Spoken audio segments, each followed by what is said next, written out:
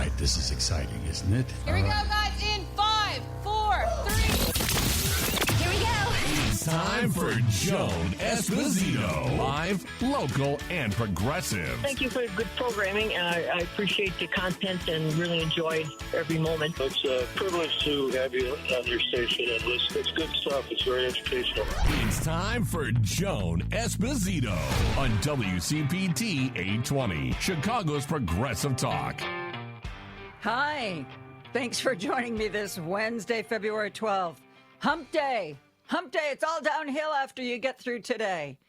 Big local news. We don't usually start with local news, but we have a partial verdict in the Mike Madigan corruption trial. Today, a jury said yes and no. It was a split decision. They convicted House Speaker Mike Madigan of 10 counts, including bribery, conspiracy, wire fraud, but they couldn't come to a decision. They were deadlocked on 6 counts, including probably the biggest charge of them all, racketeering. That's the one that really carries the penalty, serious penalty. The jury told the judge that this was as good as it was going to get. Madigan co-defendant Michael McLean, who had worked very closely with Madigan and then become a lobbyist, he was also on trial. The 6 counts against Michael McLean, they were deadlocked on all of them. One juror told the Tribune in reporting from Jason Meisner, Ray Long, Megan Crepeau, one juror said that there weren't that many points of disagreement during the deliberations, but two jurors held out on some of the counts. One would assume those were the counts they were deadlocked on, which were the serious ones, racketeering. So Mike Madigan, longest-serving Speaker of the House in Illinois history, convicted of 10 counts, including conspiracy, bribery, and wire fraud. Several of the things that he has been found guilty of do carry a fairly potentially serious sentences in prison. Some of the counts, if the judge for some reason wanted to institute the maximum penalty, which judges almost never do, some of the counts carry up to 20 years in prison. Now, the question becomes, and the one that needs to be answered is, will prosecutors decide to retry Madigan on the 6 counts on which the jury is deadlocked? If prosecutors feel that their case is strong, and now that the jurors have talked to the Tribune, they know that the majority of the jurors agreed with them, 2 holdouts.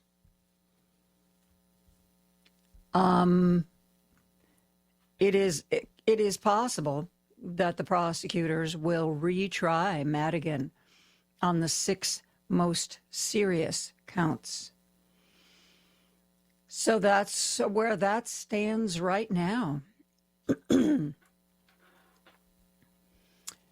I have to tell you, when I saw this breaking news today, I was honestly surprised. I did not think the jury would convict Madigan. I think his argument that some of what he was charged with wasn't a crime, that it was just business as usual. Maybe his underlings and his aides and his friends did some things that crossed lines, but not at his direction and not to his knowledge. I thought this being Illinois and all, and Madigan being 82 years old, because he was steadfast. I didn't do anything wrong. This is how political life works. And honestly, most of us don't really go down to Springfield. We don't sit in on hearings. We've never been privy to be in Madigan's inner circle and listen to the discussions taking place. And I suspected that he would get the benefit of the doubt. On 10 counts, he did not. He absolutely did not. So we will see where we go from here. Breaking local news. The jury brought their verdict in on the Mike Madigan corruption trial and found him guilty of 10 counts, including conspiracy, bribery, and wire fraud. They couldn't make up their mind on another 6 counts. It is Wednesday, and as you know, for the first hour of the show, we open up the text lines, we open up the phone lines. They are open right now. You know, it's funny. People usually wait a couple of minutes before they start calling in. But man, people start texting in within seconds of me turning this microphone on. People are already commenting on the Madigan case. Joan, regarding the Madigan case, another perfect example of shameless hubris. Madigan, along with so many others, should have gone away decades ago.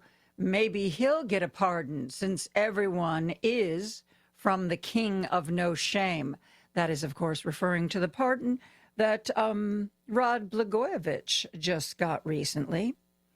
Rod Blagojevich, who once upon a time was a Democrat, now calls himself a Trumpocrat. Oh, isn't that cute? And apparently there are some discussions now. Maybe those discussions are only in Rod Blagojevich's mind. But there are discussions about whether or not he would make a great ambassador to Serbia. Huh. He's of Serbian descent, and he's clearly in Donald Trump's camp. That seems to be loyalty to Donald Trump, seems to be the only requirement, so who knows? It didn't stop Republicans from signing off on Tulsi Gabbard to be our national intelligence chief. Tulsi Gabbard, who some Republicans on Capitol Hill privately, not publicly, but privately told people that they thought it was possible she was an asset of Russia, that she was so closely tied to Putin that they couldn't rule out the possibility that he owned her. But even though the Republican Party used to have as one of its main platforms opposing communism, especially Russia, those days are gone. Tulsi Gabbard is confirmed as the new director of intelligence. Pete Hegseth is the leader of the Defense Department.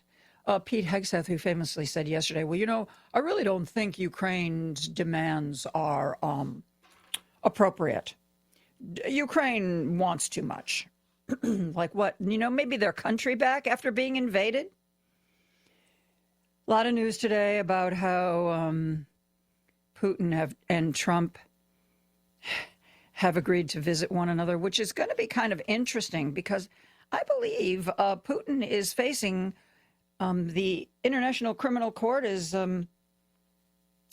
trying to bring him in to stand trial for war crimes. He has been, since that was announced quite a while ago, he's been very careful about which countries he travels to, almost none, but he has only traveled to countries where there is no extradition or they don't follow along with the ICC, so that there can be no question of him being handed over for trial. It'd be interesting to see what happens here. Probably nothing, because Benjamin Netanyahu is also facing charges, and he visited the White House, and we didn't hand him over. Why would we hand Putin over? And don't buy this crud coming out of the White House that somehow the fact that they're talking, they've apparently had a phone call. And in that phone call, They talked about visiting one another. Woohoo! A diplomatic coup. They had a phone call and they talked about visiting. Trump's aides are trying to spin that as that he practically has the Ukraine war negotiated to a standstill. Okay, you had a phone call. You made nice. You talked about maybe visiting one another. How does that get us to an end to the war in Ukraine? I'm just asking for a friend. Just asking for a friend. I don't know. Remember, Donald Trump likes to exaggerate his importance, likes to exaggerate his influence, particularly with other world leaders. My God, did you see the video when the King of Jordan visited and Donald Trump started going on and on again about the United States taking over Gaza and clearing out the 1.8 million Palestinians who live there so that Donald Trump can develop it, Gaza, as a resort? You know, it's right on the ocean and has really good climate. Oh, it would make great. It would make an absolute great resort area. We have to get rid of those pesky Palestinians. Jordan already is home to a large number of displaced Palestinians. And as Trump was going on and on about this whole idea of, well, gosh, wouldn't it be great? Don't you think that would be great? What's Jordan going to say? Jordan gets a lot of aid from the United States, and, you know, you don't embarrass Trump and keep that money flowing. So the president of Jordan said, we really got to get Egypt to weigh in on this. We really, we got to get Egypt to weigh in on this. In other words, don't put me on the spot, dude. Don't put me in a position where I'm supposed to say that it's a great idea, because the only two people who think it's a great idea are Donald Trump and Benjamin Netanyahu. Every other country in the Middle East, every country in NATO, pretty much every country around the world, except for Israel, if you say that Netanyahu represents Israel, which I'm not sure he does. Netanyahu thinks it's a great idea. Trump thinks it's a great idea. Nobody else thinks it's a great idea. And for those people who couldn't bring themselves to come out and vote because they were so upset over Gaza, or worse yet, the ones in Michigan who voted for Jill Stein because, gosh darn it, they were going to send Joe Biden a message. All the people who felt that Democrats, who might not have been doing as much as people wanted them to do, but were at least open to having the discussion. Yeah, remember those people, the Democrats? But you were so mad at them. Oh, gosh, no, I just can't. I'm just not going to vote at all, or I'm going to vote third party. I'm going to show those Democrats that, I'm really unhappy. How's that working out for you? My guess is it's working about as well for you as it is for the 300-some thousand Venezuelans who were documented immigrants protected by the TPS, temporary protection, which Donald Trump has done away with. We were lied to. We were betrayed. Did you not understand who you were dealing with? How's that working out for you? Farmers, rural people in rural areas, people who farm, voted overwhelmingly, at least in Illinois, for Donald Trump. And now he's starting to talk tariffs again. And when he was president last time, farmers were hurt so badly because China retaliated. They were, you're going to put tariffs on our stuff? We don't need to buy your soybeans. Oh, and USAID, that organization that a lot of people are like, we don't want to give money to foreign people anymore. A lot of the aid provided by that organization was actually food that they purchased from American farmers. It was food that they purchased from American farmers to deliver to starving people around the world. So, yeah, we don't want that money going to foreign people. So that's going to hurt farmers.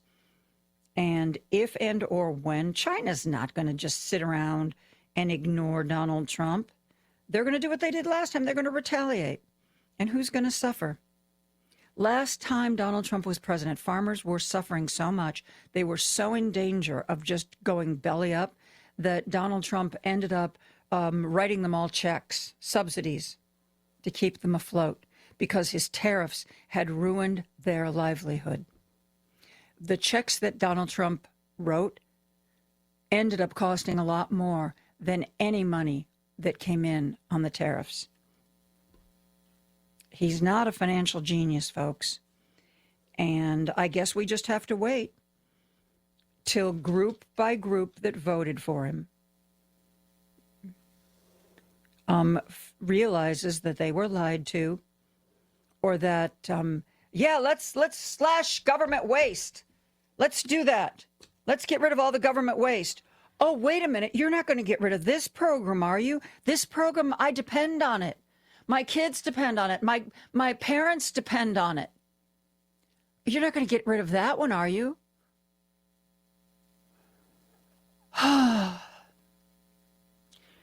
We're going to have to learn the same lessons all over again. All over again. I reposted something on Blue Sky. You can find me at joanesposito.bsky.social. I had to start my account all over again because my first account that had a lot of people in it, I lost all the passwords and couldn't get back into it.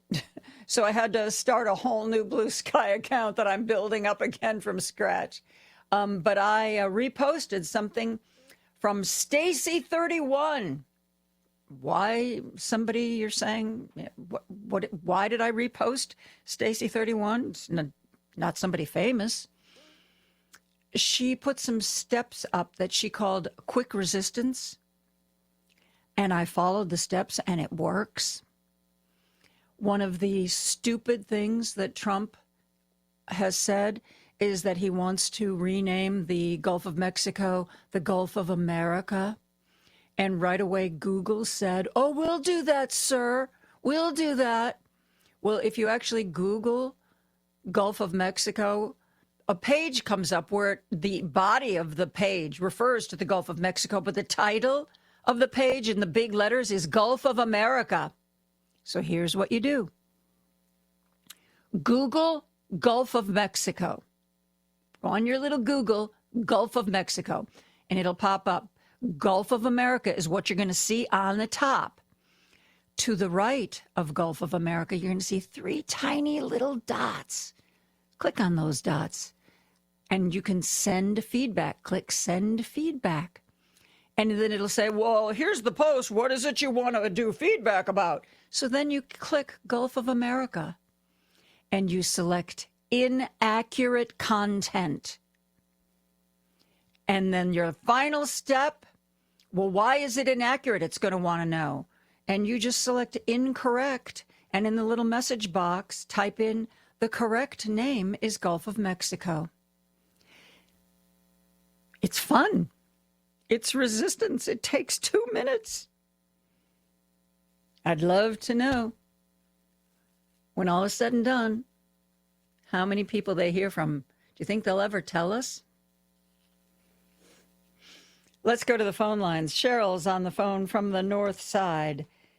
Hi, Cheryl. How are you? I'm good, Joan. How are you? Pretty good. First-time caller, but I'm looking for some help. Tom Harmon had a suggestion, and I really liked it, that we organize a protest march at our local Tesla's dealers. And I'm wondering how I could put that together. Did you say pet stores? I just want to. I couldn't hear. No. Our recent Tesla, our local Tesla dealers. Oh. So what I would like to do is organize a protest It would be a long golf road. It would be a matter of, I'd like to do it on the 17th. There's no school then because it's President's Day. And get well, as many if you people want, as if you're possible. not a part, most people, when they want to organize something like this, they do it in concert with an activist organization, like if there's an Indivisible near you or a Democratic Party near you. But if you want to do it on your own, that can work too. What you'd need to do is use all of your social media. I don't know what, if any, platforms you're on, but put the idea out there. See what people say. And if you can get the people who you're connected with on social media to share it with their friends, and then those friends share it with that friend, you might be able to. That's grassroots. That's how it works. You talk to somebody, they talk to their friends, those friends talk to their friends, and if everybody's on board, you can get a decent-sized protest going. Okay. Now, I'm in Illinois, and we're coming up on elections. I've already talked to my county Democratic Party. They are all tied up trying to get the April election door knocking done. So at this point, it needs to be a grassroots thing, but I'm much of the John Lewis thinking that I want to get in good trouble. So. Yeah. Well, that's how a lot of these protest movements get started. I don't know if you remember this, but when Donald Trump, I can't remember if he was running the first time or if he was actually already in the White House, some woman went, he was doing a rally and you had to register to get a seat. And some woman went on TikTok. She's older, but as you know, TikTok skews younger. And she said, wouldn't it be great if all of us here on TikTok registered for seats and then didn't show up? And there were thousands of people who did it. Okay. All right. I will take that as a suggestion and go with it. Thank you so much. Good luck, Cheryl. I enjoy your programming. Thank you. Well, thanks for calling. I hope you'll call again in the future. I love to hear from the audience. We need to put a stop to the unelected president. Did you see the pictures in the Hill today? The Hill newsletter? No. Where Trump is sitting at a desk and President Musk is standing up. Oh, yeah, I did see that. I actually saw that as video yesterday. Did you notice how awful Trump looked? I mean, Elon Musk is smiling and bouncing all around, and Donald Trump is talking. It was a press conference, and Elon Musk is dealing with the media. And Donald Trump is just sitting there. He's kind of staring off into space. He looks really exhausted or just completely checked out. It's very weird. Somebody else I was talking to earlier this week said that there was some event where Musk and Trump walked in together, and Musk got Trump all situated in his seat and then stepped back into the aisle and just kind of kept an eye on him. They said it was like a really weird kind of caretaker vibe. I don't know. But that old tradition that the most powerful man in the room is the one standing up was the only thing that comes to mind. Yeah. Is that, and if we're going to reach out and yank anybody, we need to let Musk know we don't approve of what he's doing. Yeah, absolutely. And Trump. So thank you for the call. Much for your time. Okay. I hope you'll call in Bye-bye. again. We are going to take a break. We'll be back with more texts and more calls after this. Now back to Joan Esposito, live, local, and progressive on WCPT 820. We are talking about the news of the day, taking your calls, reading your texts. The number is 773-763-9278, 773-763-9278. 278. Here's one text. I was talking about Trump's plan for the United States to take over Gaza. But first, he has to get rid of, or wants to get rid of those pesky 1.8 million Palestinians who live there. And by the way, a lot of the Palestinians who were living in Gaza were already displaced. Many of them came from the West Bank. They remember the West Bank used to be someplace that was at least partially considered their territory. And then Israelis started building settlements in the West Bank, and Palestinians were kicked out. Some of them left willingly. Some describe stories of basically just being told that the government of Israel was taking over their property and they had X amount of time to leave. So there were people in Gaza who had already lost their home once. And now Donald Trump says, let's get rid of them because this would make a heck of a resort strip. So somebody texted it, if they think it's such a great idea to relocate the Gaza people to another country, how about carving out a section of Alabama, Mississippi, South Carolina for the Gaza people? Since they're being so generous about doing that or relocating them, let's bring them here. Yeah. Not going to happen. Remember Trump saying he didn't understand why more immigrants couldn't come from like the Nordic countries? Trump recently signed a Musk-inspired executive order to make it easier for white South Africans to immigrate to the United States. Yeah, those Palestinians, they tend to be brown people. Donald Trump is not going to welcome brown people to this country. Much of what Trump is doing, much of what Project 2025 is geared to doing, is making America white again. Absolutely. Tapping into that white anger. And now Republicans are starting to say things like, white people are being discriminated against.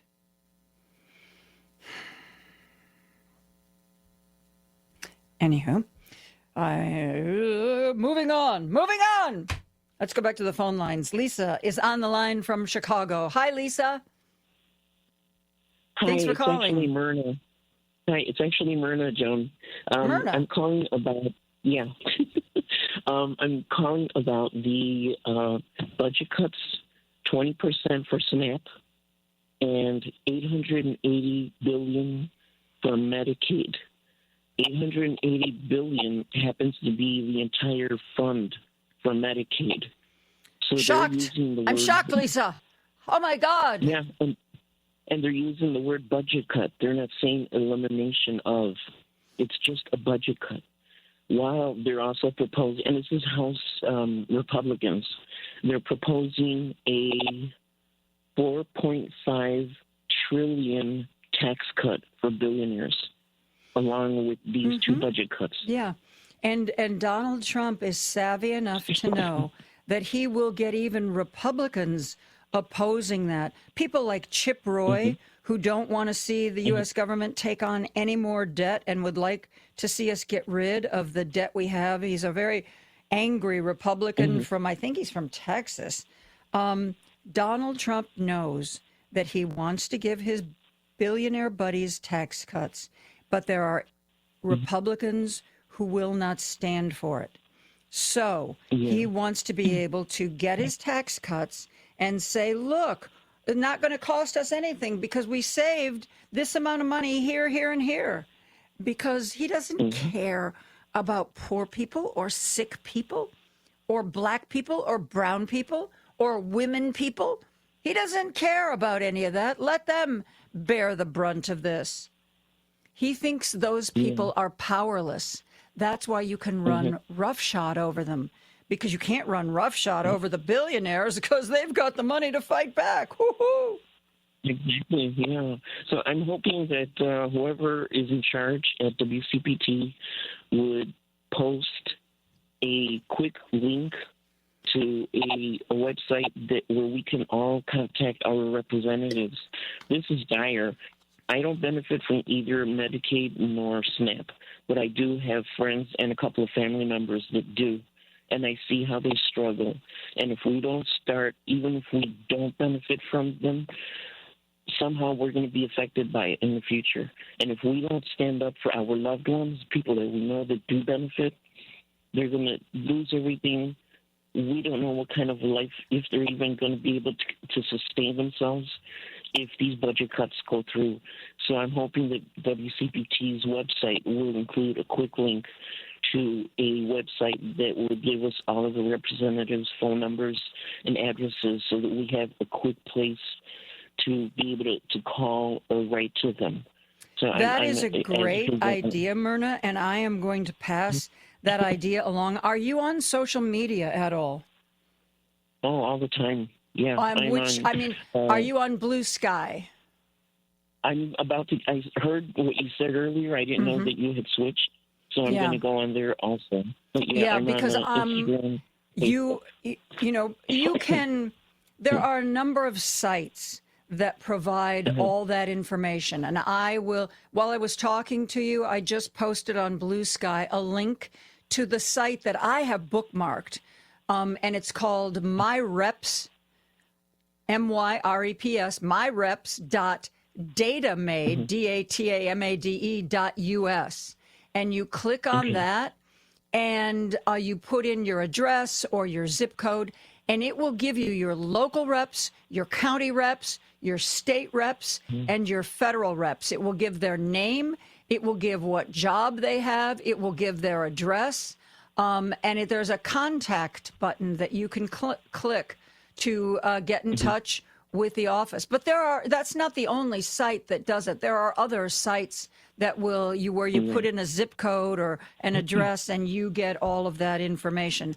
But on folks on Blue Sky, again, I'm Joan Esposito at joanesposito.bsky.social.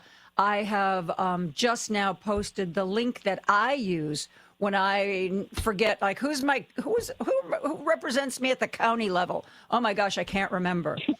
And then I click on that link.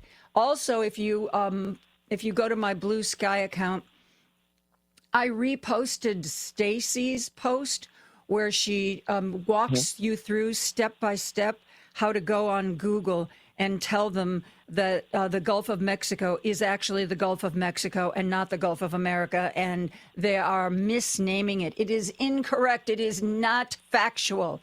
One person texted in that they've already done it. So the steps, and, when people do, for me, when I see, do these steps on the internet, I need it spelled out in complete detail, because if they make an assumption like, well, if she gets here, she'll know to do this. No, I don't. I need for take your left finger, put it on the button, push the button 2 times. That's the kind of instruction I need, and that's what kind of instruction is in this post that I reposted. So if I can figure it out, it's pretty basic. Yeah, I did the Gulf of Mexico thing yesterday, but I worded it as you misspelled Mexico, and I put Mexico in capital letters. And I did that several times. So people can do that too. But whatever wording, as long as they know that you're aware of the change and it should be Mexico. But I'm going to send you a video. I'm going to send you the video with the information that I just told you about. The 20% budget cut and the $880 billion. That way you can kind of listen to it, and if you want to play it on the air or whatever. But it comes from Midas Touch. And this guy has been, he's going almost like every hour, giving updates on everything that's going on all of the topics that we're being affected by the Elon. So I just wanted, to share that with you. Well, thank you. And for your thank you so much for the call. Somebody just texted in that there's actually another way to get to Google. The way that I told you about is that you click that you want to send feedback on Gulf of America because it's inaccurate, it's incorrect, and the name. You can also click, apparently, what issue do you want to report? Because somebody sent me a screenshot that they reported an issue about Gulf of America because the name is wrong. So I think Google is going to be hearing from a lot of us. I hope Google is going to be hearing from a lot of this. Another texter just wrote in that they just made their complaint to Google and added to their comment that you'd think a big company like Google would know this grade school information. She feels better about, or they feel better about what they did now that they've gotten it off their chest. You know, there's lots of ways to resist. It doesn't always mean marching. It doesn't always mean showing up. It's that showing up at a legislator's office is very effective, as is calling. But, you know, there's a lot of resistance that you can do from the comfort of your recliner. Just with your computer, you can get into good trouble. We are going to take a real quick break. We're going to go back to the phone lines and the text lines right after this. Don't turn that dial. A dangerous mistake to make. Joan Esposito, live, local, and progressive, returns right now on WCPT 820. Got a text. Joan, now that the Gulf of America, formerly Mexico, has been, quote, solved, what is Trump going to rename the state of New Mexico? That's from Richard. I don't know, Richard.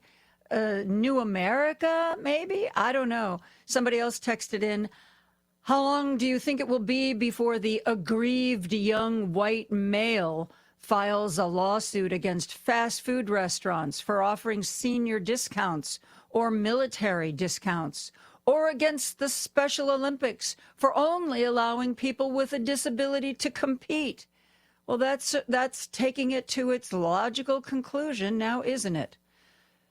Let's go back to the phone lines. Joyce is on the line from Niles. Hi, Joyce. Thanks for the call today. Hi, can you hear me? Yes. Okay, good. I call the presidential comment line every day almost because it's easy, it's free, and it helps me relieve myself. And this week, the line has been closed. I've been calling for years. Yeah, inclement weather. Oh, because that matters so much to the telephone? Oh, I'm sorry, it's snowing. We can't take any calls? I guess. I don't know what Washington is like, but that's what it seems like. So what I did is I called the head of the chair of the Judiciary Committee, Charles Grassley, and I told his staff to say, please tell the president to open the line. We need to express our opinions. It's our right. Yeah. And also, I put in the fact that your listeners might want to know, Kash Patel, who is supposed to head the FBI, is up for confirmation before the Judiciary Committee tomorrow. And Dick Durbin has done a really good job on saying that it appears he's perjured himself, that he's manipulated. That's what Dick Durbin said yesterday, that he believes Kash Patel lied to members of the Senate when he was under oath, because Kash Patel said he did not know anything about this White House attempt to purge FBI agents out of the FBI. And documents Dick Durbin discovered, emails about that whole purge, showed that not only did Kash Patel know about it, he was one of the people guiding it. He was leading the effort. So, yeah, he absolutely perjured himself. The question is that going to be enough for any Republican, other than, of course, Mitch McConnell, who seems to be a pretty constant no vote? Is there going to be any other Republican? Is Susan Collins going to vote no? Is Lisa Murkowski going to vote no? Susan Collins has to be careful. I mean, yes, people tend to be really ruggedly individualistic in Maine, but she's up for re-election, and a lot of people think she's vulnerable. So maybe she feels she has to toe the line. I don't know. I don't know what the heck's going on. Well, this is before the committee. It's not before the whole Senate. And Susan Collins is not on the committee. Okay. Well, I'm sure no matter what happens, she'll be disappointed. I'm so disappointed. Well, Dick Durbin did not ask for a no vote. What he asked for is a postponement, an investigation. So that's a lesser step, and we might be able to make it So I'm asking. Well, maybe he felt that that would be like a baby step that Republicans could agree to without fearing the rage and wrath and retribution that they apparently are devastatingly afraid of from the White House. Yeah, perhaps. I think it's a good move, and I think it's a good idea to support it. I also called Lindsey Graham, believe it or not. These are the people, if you look at the people on the judiciary, they are definitely people we would not enjoy talking to. Mm-hmm. But a staff member answered, and usually Republicans don't have staff members answering. They just have a recorded message. Really? So he listened. Yeah, this is not a statistic, but it's been my experience. Well, you know, that ties in. I don't know about the recording part.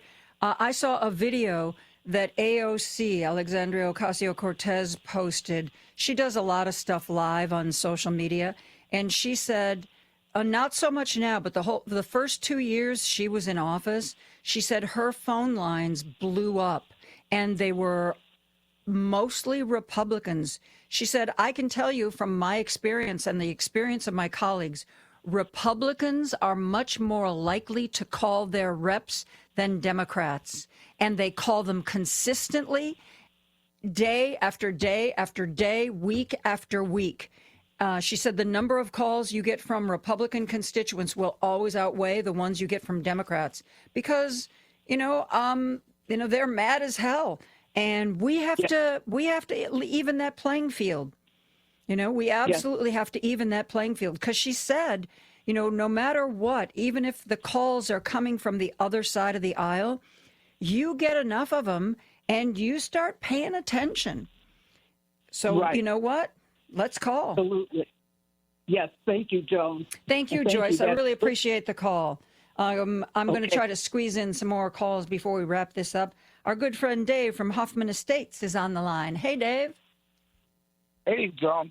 Talking on the candidates now, do you think it's getting time for you to start primarying some of these people? Oh, Dave, you just dropped out. Hang on a second. You got to start over. You dropped out on me. What did you say? Okay. On the candidates now, like our guy Durbin and stuff like that they've been just kind of taking us, for granted, that they got a seat, regardless, because being a blue state. Is it time to seriously start primarying the guy or to look at possibly somebody that's an independent that's got some fire in his belly? If you're talking about the elections in 2026, it is absolutely not too early to start thinking about that. And because, if you're Gavin Newsom and everybody knows who you are, it's a little bit easier to get your message out. But if you're, Dave from Hoffman Estates and you decide you're running for Congress, you need some extra runway to get out there, to meet people, to raise money so that people know who you are and what you want to do. It is absolutely not too soon. Yeah, let's not forget Trump had 4 years. Really? To do that. When he said he was going to run again in 24 and that. And with Madigan, do you think he's going to appeal and take a note from Trump? I'm sorry, at least in my earpiece, Dave, I'm kind of having a little bit of a problem hearing you. You got it now? Or? Well, I think so. Try again. Okay, let's see if it comes through. Do you think Mike Madigan's going to appeal? That's a good question. I would assume so, especially since it was a split jury verdict. I mean, he's 82. Why wouldn't he use every legal tactic in the book to try to stay out of prison?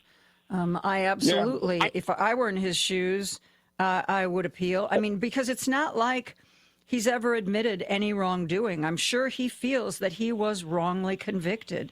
So, absolutely. Yeah. Absolutely. He's just thinking like in the a la Trump, and I'd love to hear what the Republicans would say if he did appeal. Yeah. You know. Yep. Thank you, Dave. I'm going to try to squeeze in a couple more calls. Appreciate it. Yeah. Our good friend Ron from Chicago is on the line. Hello, Ron. Hello. Yesterday at the White House press conference, they refused to let in a reporter from Associated Press because Associated Press will not call the Gulf of Mexico the Gulf of America. Yeah, I saw that. In their, the AP is calling the Gulf of Mexico by its actual name, the Gulf of Mexico.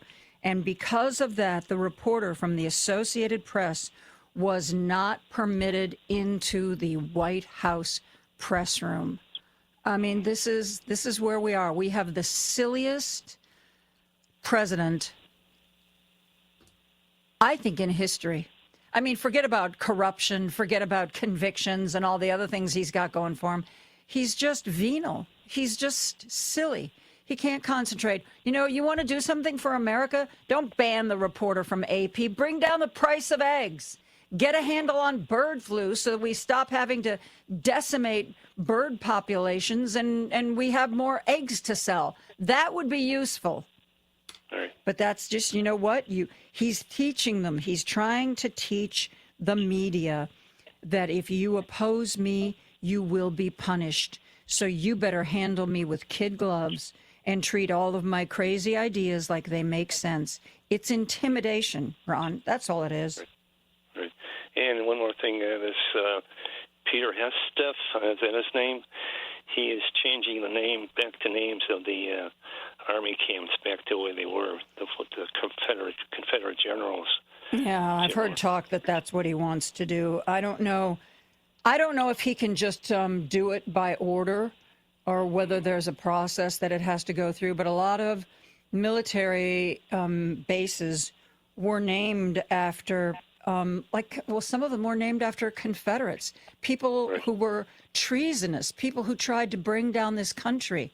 But because, the South couldn't get over the fact that they lost on all counts, they still treat these people like they're heroes. So yeah, that's another sop. And I don't know if he can do it by executive order or if it has to go through some kind of process. But again, of all the things, of all the issues that Pete Hegseth has to deal with right now, what is he doing? He's doing the one thing that will get media attention. He's not working on the problems. He's not trying to make the military better. He's doing something that will get him clicks. That's this whole administration.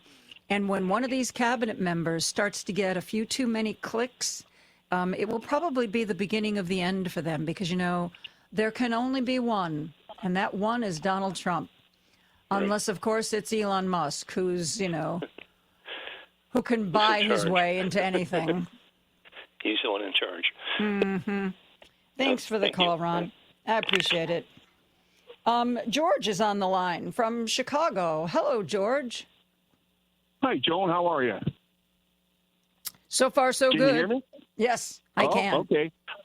I have a really funny story. So my wife and I were cruising the week that Trump got inaugurated through the Gulf of America. Oh. And we get on the boat, and so, you see what you see. And she got on, there's a Facebook page just for that cruise ship on that cruise. And she posted it anonymously, thank God. And she said, having a wonderful time cruising, although I can't get over why so many men are wearing their IQ on their head. And ... 47. Oh. And it blew up. People were losing their ever-loving minds, and we laughed and laughed and laughed. But then it was, let's throw her overboard. It's like, the B word. Why won't you post your name? And girl overboard and stuff like that. So then we just had to get off. But it was quite a laugh. And like you say, there's a lot of a lot of good ways you can get in trouble with, social media. Yes, indeed. I well, tell thought your that wife was that we all need to she's my laugh. kind of gal. Oh, yeah, trust me. We've been married 35 years. She's a good one. Wow. That's Yeah, but amazing. Congratulations. It was so funny, though. You just, and we were telling other people about it, and they were losing it, too. So, anyhow, that's what I just wanted to call you for. Well, that's a great story. Thanks so much for sharing that, for George, and congratulations on the 35, you said? Woo! Yeah. Amazing. Yep. I'm very proud of you. Good work to both of you. Oh, it was her. And it's funny because, on the way, she told me, she goes, don't you start getting in people's faces and start doing politics. And then she was just so disgusted by it all. She started it. Yeah. Well, thank you for the call, George. I appreciate that. And you have a nice afternoon. Yeah. Real quick before we go to break, one last text. Somebody said, when will Rump get rid of Black History Month? They haven't officially gotten rid of it, but my understanding is that they have not posted on any federal website anything about it, and that there are no events or programs planned for it. So they're looking the other way. We're going to take a break for news. We'll be back with more after this. It's time for Joan Esposito. Live, local, and progressive. Joan, as always, exceptional work from you from, your TV days all the way up to today. You're truly exceptional, and thanks for this great show you have. It's time for Joan Esposito on WCPT 820, Chicago's Progressive Talk. One of the things that's been in the news lately is the idea that this federal funding freeze that was illegally instituted by the Trump administration and has been put on hold by the court system. The news has been not that he tried to do something illegal, does that all the time, not that the courts stopped him. They've been stopping a number of illegal actions, but the fact that it seemed like some organizations were finding that even though the courts had ordered the freeze lifted, it hadn't been lifted. There are reports of Head Start programs across the country sending letters to the families saying that they can't keep going, that they don't have access to the portal that provides their federal funds. The National Institutes of Health had frozen all grant funding.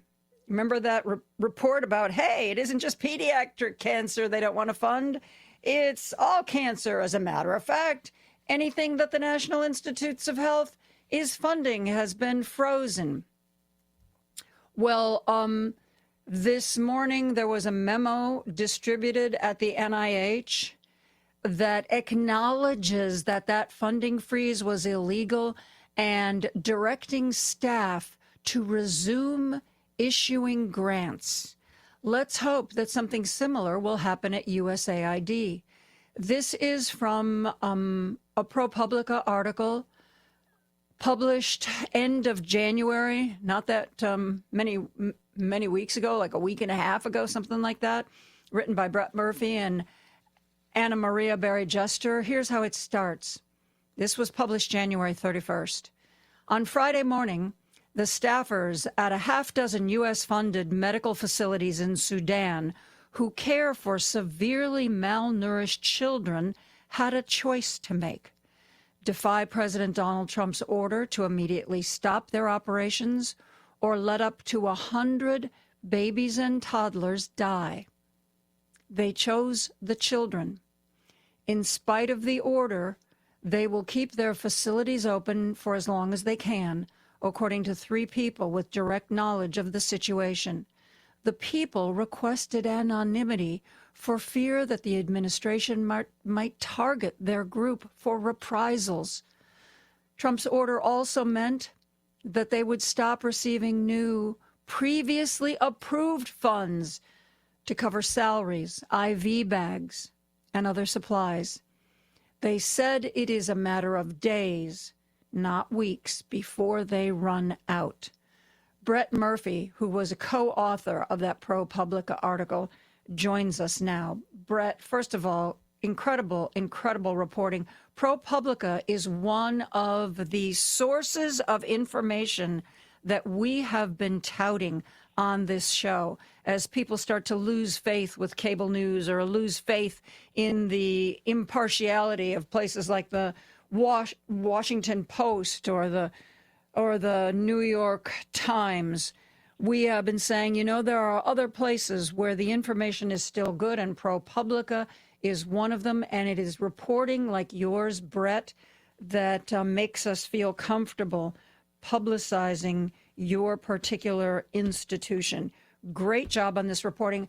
Welcome to the show. How are you? Thanks, Joan, for having me. Thanks for saying all that. I'm well. How are you? I'm Wednesday. I'm Wednesday. It's a little bit better than Tuesday. Won't be quite as good as Thursday, but, that's just how kind of life is for a Monday through Friday political talk show host right now. So tell my listeners more about what you wrote and why you wrote it. Basically, almost overnight, the Trump administration took several drastic and unprecedented steps when it comes to U.S. foreign aid. It was shortly after inauguration where first they said there's not going to be any more projects funded by the USAID while the administration conducts a review of what's already been funded in recent years. Then that same Friday, they announced there was going to be a freeze on the current projects. All around the world, USAID-funded programs, which cover a gamut of activities from providing medical supplies and treatment to different kind of democracy-building initiatives around the world, and they told them to stop all at once. They had to stop work, and there was limited exceptions, but pretty much every operation that U.S. taxpayers had already paid for had to, on a dime, stop what they were doing. And we were writing about, and that's where we were writing about the immediate impact of that on patients, on people around the world. These are some of the most desperate and vulnerable people around the world, so this obviously would have an enormous impact. The U.S., through USAID, is the largest giver of foreign aid in the world, so this obviously had, momentous implications, and that's what we were writing about. How did you find about, I don't want you to, get anybody in trouble, but just speaking about being a reporter and your techniques, obviously it's better to tell a story if you can humanize it. Your facts and figures are great, but if you can tell a person's story, like this is happening to Maria, she is suffering this way, or she's doing without because of X, Y, or Z, that resonates with people a lot more than just plain old facts and figures. So as a reporter, in a situation like this, especially when you're talking about foreign aid, how did you find somebody in Sudan who was willing to talk? This is the Sudan example is a credit to my reporting colleague, Anna, who is fantastic.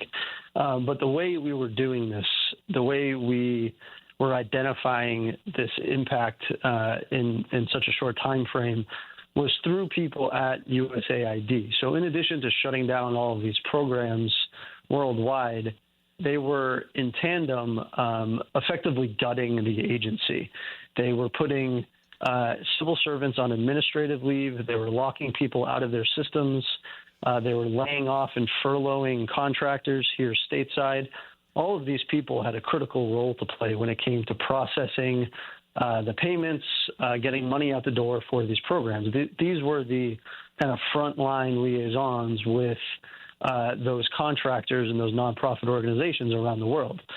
When those programs were stopped, the administration also told all of those workers who were still allowed to access their systems, you are not allowed to communicate with those organizations. So those organizations had no idea what was going on. It was mass chaos, and they had nobody to talk to. So when we were approaching people at USAID who were getting locked out of their systems, put on admin leave, they were telling us I had a real job to do. This was my job. This is one of the programs I was helping keep online, and these are the people I'm not allowed to talk to right now. So we were learning about these examples inside out. We were learning about them from USAID, and then we were going out reporting them out in the field.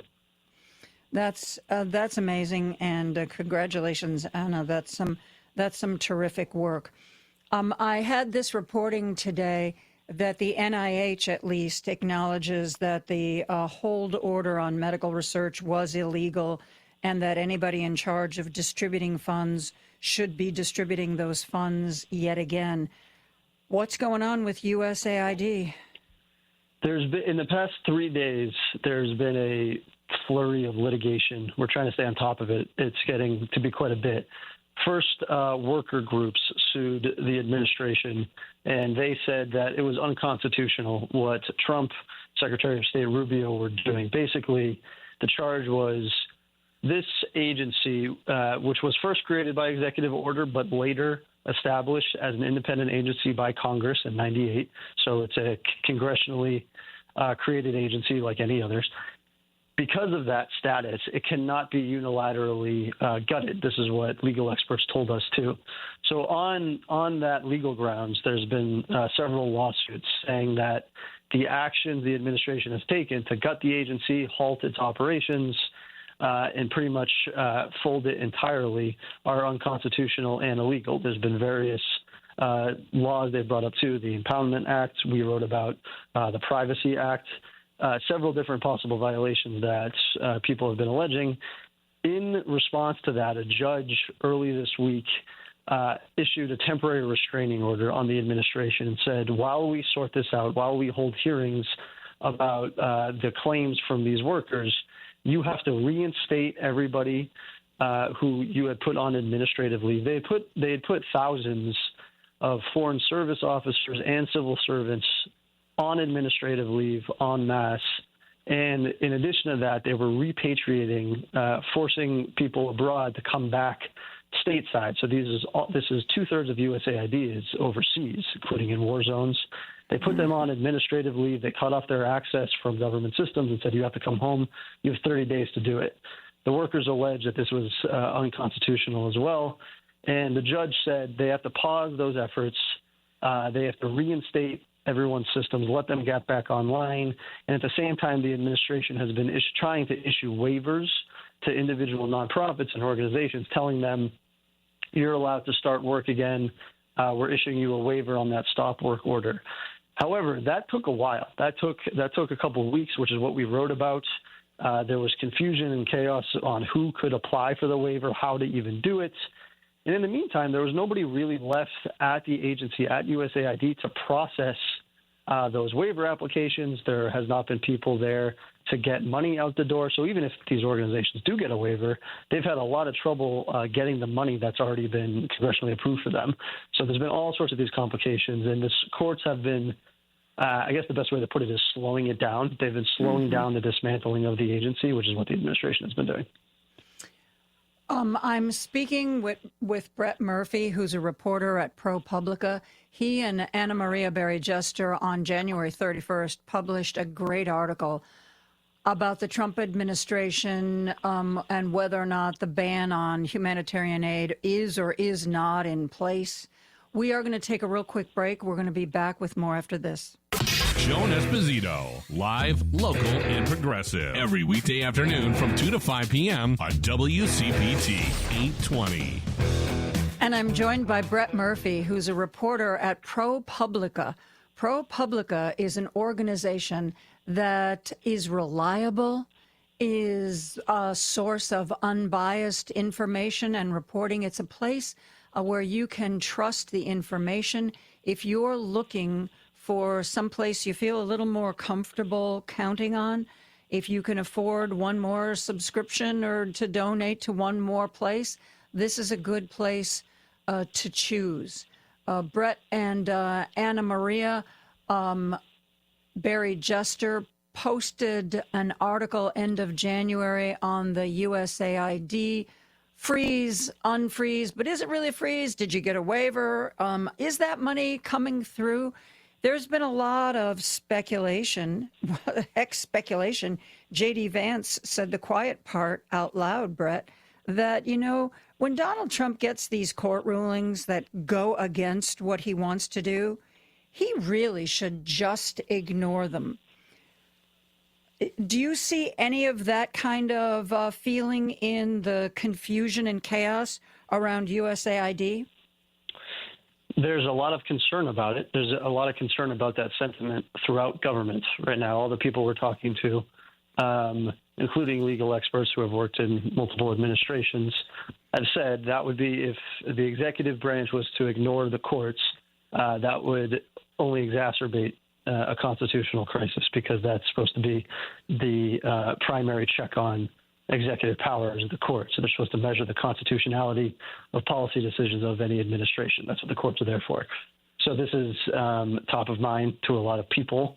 I will say that the temporary restraining order, some workers have alleged that it has not been fulfilled to the utmost by the administration. There are still people on administrative leave who should have had their access granted back already. The administration has said in response they're trying to get everyone back online best they can. They've issued a lot of arguments about why this shutdown of USAID is within their rights. Trump has said publicly that he wants to shut down the agency. Musk said he wants to put it through a wood chipper, or he spent the weekend putting it through a wood chipper. It's been the administration's position that it is within their authority to pause and halt operations while they go through every single program and decide what is worth funding and what is not.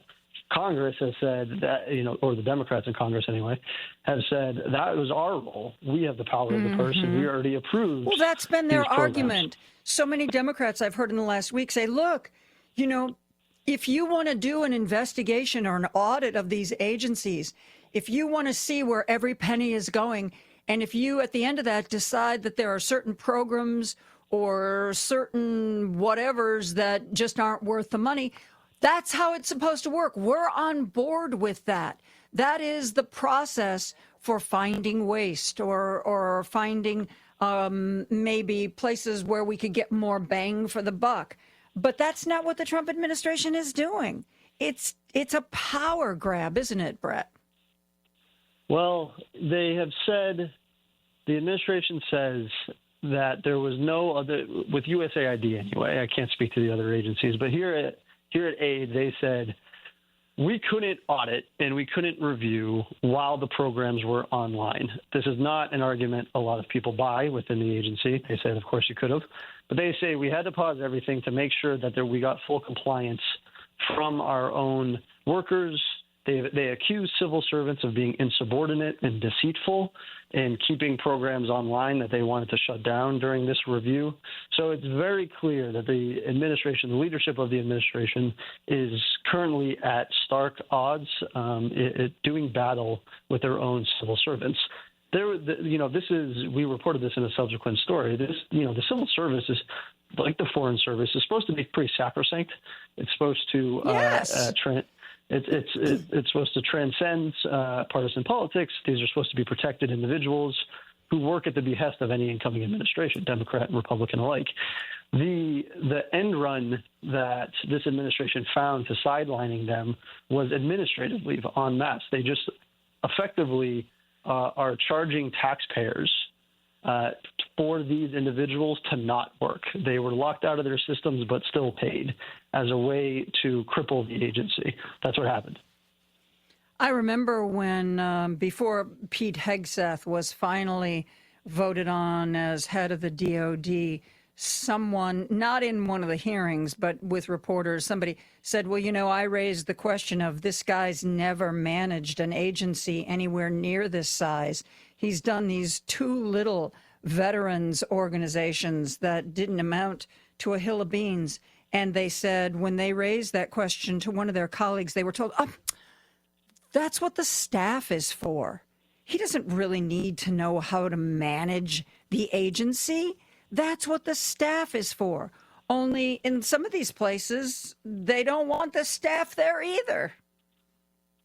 That's what's happened here. There has been widespread fear and loathing among a lot of the senior leadership at USAID. The very first thing that happened there after inauguration and before they started shutting down various programs was they put senior leadership of all the bureaus, including many of the attorneys within the agency, on administrative leave. After that, they started, Musk's team gained access to the IT infrastructure, including a lot of personal records of information. They had gained access to Social Security numbers, addresses, a lot of personal information that legal experts told us may have violated the Privacy Act. But once they had that access to the IT infrastructure, they could more systematically shut down the agency, which had seemed to be their goal from the beginning. It's what they've been saying it publicly. Trump and Musk have been saying it publicly. It's worth noting Rubio, the Secretary of State, has said something much different to Congress. In a letter to Congress, he said, we're going to play by the rules here. We're going to be in consultation with you on the Hill. We're going to do this all by the book, and we are considering reorganizing some programs and maybe potentially folding them into the State Department. But there's been a much different reality on the ground. Things are moving way faster than Washington ever moves. So who's telling the truth here is what we're still trying to see. So basically, we have Elon Musk's teenage ninja hackers we're trying to sift through private information, not being elected, not being given any kind of security clearance. I feel so good about that, Brett. I feel really, really comfortable about that. And if Marco Rubio doesn't change his tone, my guess is he will be the very first cabinet member to be replaced. Remember how many cabinet members Trump went through the first time? And so many of them, it was because they were corrupt. They were spending their government budgets on like private jets and vacations and, big fancy dinners. So I think Donald Trump is kind of in a honeymoon period right now. He's, convinced his followers that he's doing a lot of stuff. I don't think much of it will stand, but then he can blame the deep state for thwarting him.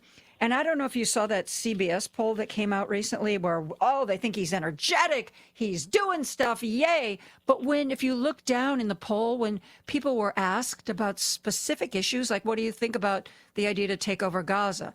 Wildly unpopular. Issue after issue, when you get to the specifics, well, no, we don't want him to do that. No, we don't want him to do that. No, that's a bad idea. Yeah, that's a bad idea too. But he's a great guy. Look, he's doing so much. It almost makes me feel like it's not a real effort to find efficiency in government. It's a show. It's a media show. Look at me. Look at how much I'm doing. And then when it's all struck down, because it seems like the vast majority of it is illegal, it'll be, that darn deep state again, thwarting me at every turn. It's kind of a win-win for Trump. Things they have repeatedly accused USAID of doing are crimes like money laundering, fraud. These words keep coming up. People keep saying them. But the examples that the administrations have put forth to back that up have not amounted to those things. What they amount to is some programs that they don't like, that they don't think align with their agenda, which is very much within the prerogative of an administration to choose which programs they back and which they don't. But to shut down an entire agency while ostensibly rooting out corruption and fraud without presenting evidence of corruption and fraud has really, really bothered a lot of the people who devoted their lives to this agency, and not to mention the millions of people around the world who depend on USAID. Yeah. Brett Murphy is a reporter at ProPublica, a news source that I strongly recommend. Brett, thank you so much for joining us today. Thanks, John. We're going to take a break. We are going to be back with much more. Somebody who's getting into good trouble right after this. Now back to Joan Esposito, live, local, and progressive. I wouldn't trust anybody else. On WCPT 820. John Lewis was a civil rights activist before he went to Capitol Hill. And he really put his life on the line a few times to point out things that he thought should be different, mostly to do with civil rights. And he told people that they should cause trouble, but it should be good trouble. Good trouble. You know, the kind of trouble that makes the world a better place, the kind of trouble that points out something that's going wrong. You know, the kind of trouble that you would get in if you put out a bill in the House of Representatives called the Eliminating Looting of Our Nation by Mitigating Unethical State Kleptocracy, also known as the Elon Musk Act. Yeah, that's good trouble.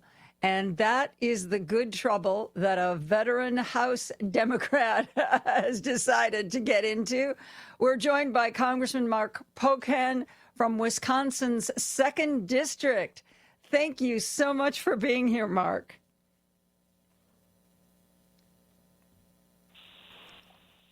Mark, are you there? Yeah, thanks so much for having me. Appreciate it. So what made you decide to put the Elon Musk Act together and put it out there?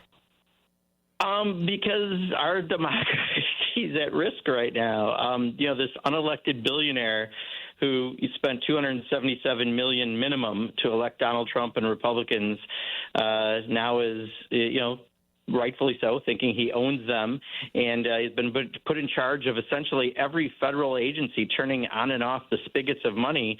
And this is a guy who is receiving money from those spigots through federal contracts, $20 billion disclosed plus more undisclosed. And, one, an unelected, unaccountable person shouldn't be in the position he's in. But two, he also shouldn't be getting federal dollars. As a member of Congress, as a federal employee, you can't get federal contracts, clearly, because that's corruption. But for Elon Musk, I guess it's another day in Washington. You know, we used to call that a conflict of interest. That used to be something that was frowned upon.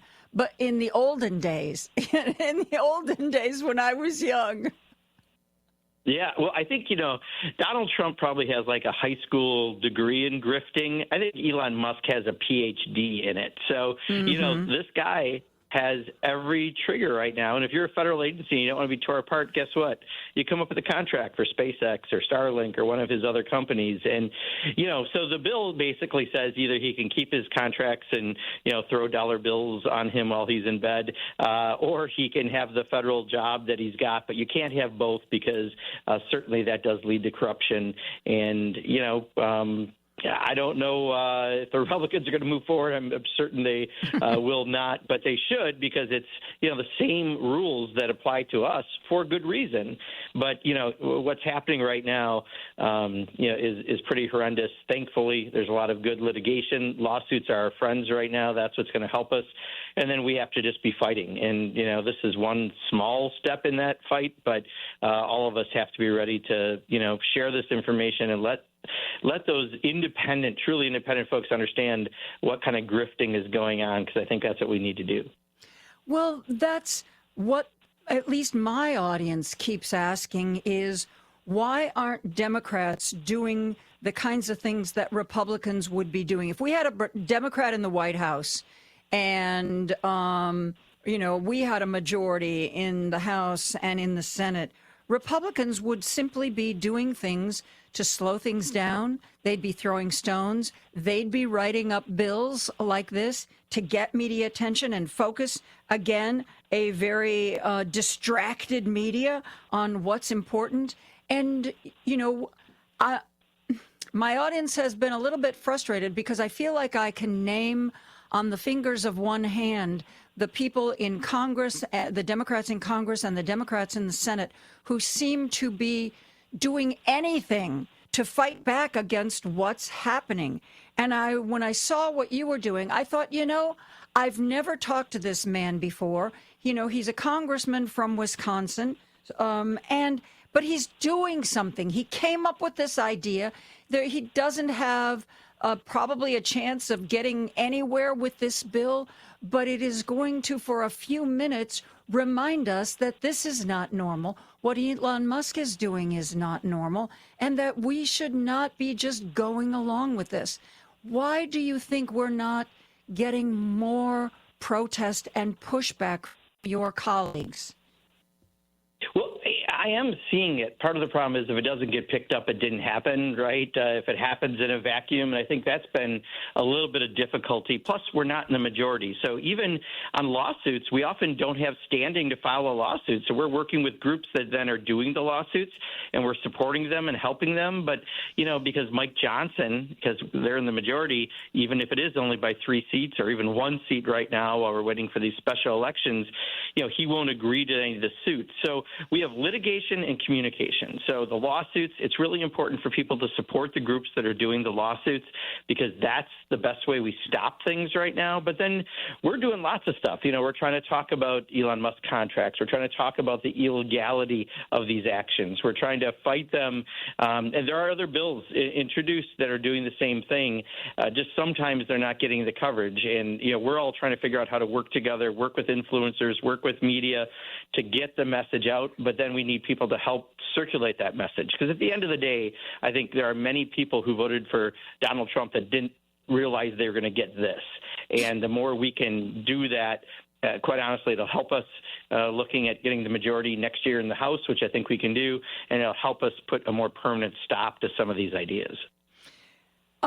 The protests that took place last week across the country seemed to have lighted a fire under a lot of elected officials.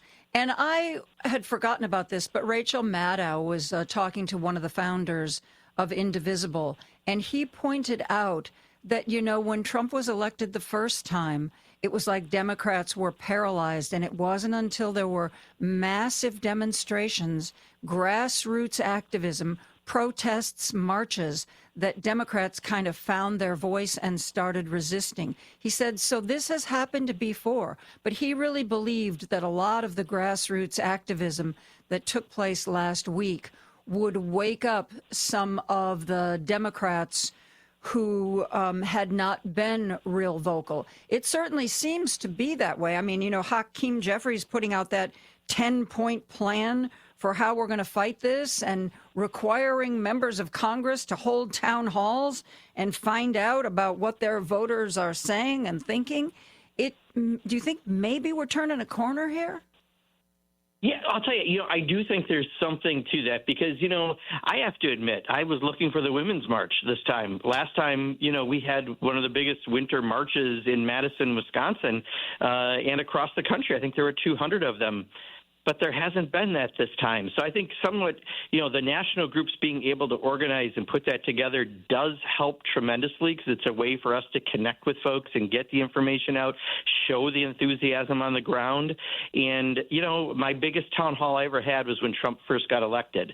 My second biggest was the one we had a couple weeks ago. Really? When, yeah. But it's still the second biggest. So, now our calls last week, though, were off the charts. We set a record for one-day calls, so people are doing that. But I do think in other ways of having organization does help everyone get more organized in the opposition. And I hope we soon have a lot more of that.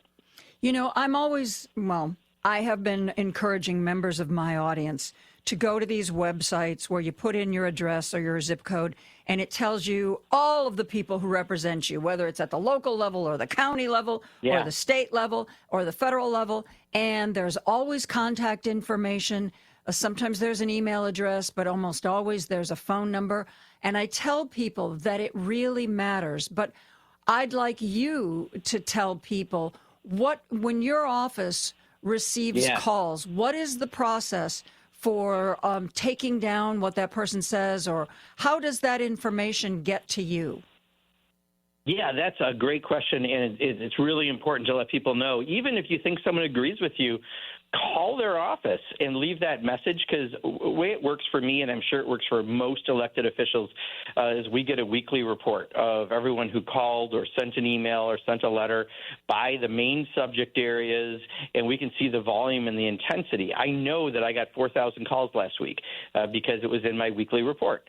And when you see that, then you know what people are talking about, and it helps to connect folks to knowing what you want us to fight for, right? Because our job is to be the voice of our district, and then I also see my job as trying to explain Washington back to the district, which is a little harder these days. But it is really important that whether you think someone's never going to agree with you or always going to agree with you, both of those people still need a phone call, because it does matter. It does show where the public's at, and it only takes a couple minutes of most people's time, but it is important. And you made a really good point that I have not made recently, which is don't just, if there's something going on you don't like, of course you're going to say, I really hope my representative votes no on this, or here's why I think this is a bad bill. Let me tell you, about my life. But it's also important to call up and say, you know what? The fact that Congressman Mark Pocan did that Elon Musk act, I really liked that. That's the kind of spunk I want to see from Democrats in Congress. The praise isn't probably, somebody doesn't wake up going, oh, I really like my congressperson. I think I'll give them a call today and just tell them what a great person they are. Sometimes when you're ticked about something, you're a little more motivated to pick up the phone. But those calls of, hey, you did the right thing, you did the brave thing, and I'm proud of you. Those are important too, aren't they? Yeah, and I'll tell you, a lot of times it's interns or some of the entry-level staffers who are answering those phones, and we get calls from the other folks. I was at a rally yesterday, and, I might have got a little, a lot of energy going through me, and I might have suggested that we F Donald Trump and Elon Musk, and a lot of conservatives were calling this morning quite mad. And but this is the moment we gotta be pissed off, and I'm pissed off, and we all should be, but not necessarily at our friends, because I'll tell you, it was when I introduced that bill, the next day for those folks taking the calls to get some of the nice calls, as opposed to people who are just, their hair's on fire and they're concerned they want us to do more. We all can do more. We all have to work together on this. There's inside and outside of the building. That's why supporting those groups doing the lawsuits is really, really important right now, because that's our best path to victory. And then we're going to help get communication. And there's so many lies and misinformation and outright disinformation that's put out there that we can get people that and then, recirculate it. And let's all work together on this inside-outside strategy to defeat Elon Musk and Donald Trump. And unfortunately, I have to say it in that order, because these days, Elon Musk seems to be getting the return on his investment, but we just can't let them get away with it ultimately. Well, I hope that you get more good calls than bad calls. AOC posted a video, I think yesterday, where she said for at least the first 2 years she was in Congress, she said her phone lines were lit up by the Republicans in her district. They wanted her to know that they were not happy. And she said, talking to her colleagues, Republicans are more likely to call than Democrats. And whoever, whether it's a Republican in a Democratic district or vice versa, they just seem more likely to call. And I'd like to personally change that. Well, good. I appreciate it. I have to run to a vote or I'm going to miss the vote. Go. Thank you so much for having me. Thank you for taking time with us. Go. That's Congressman Mark Pocan, who represents a district in our friend Wisconsin. We're going to take a break. We're going to be back with more after this. Don't turn that dial.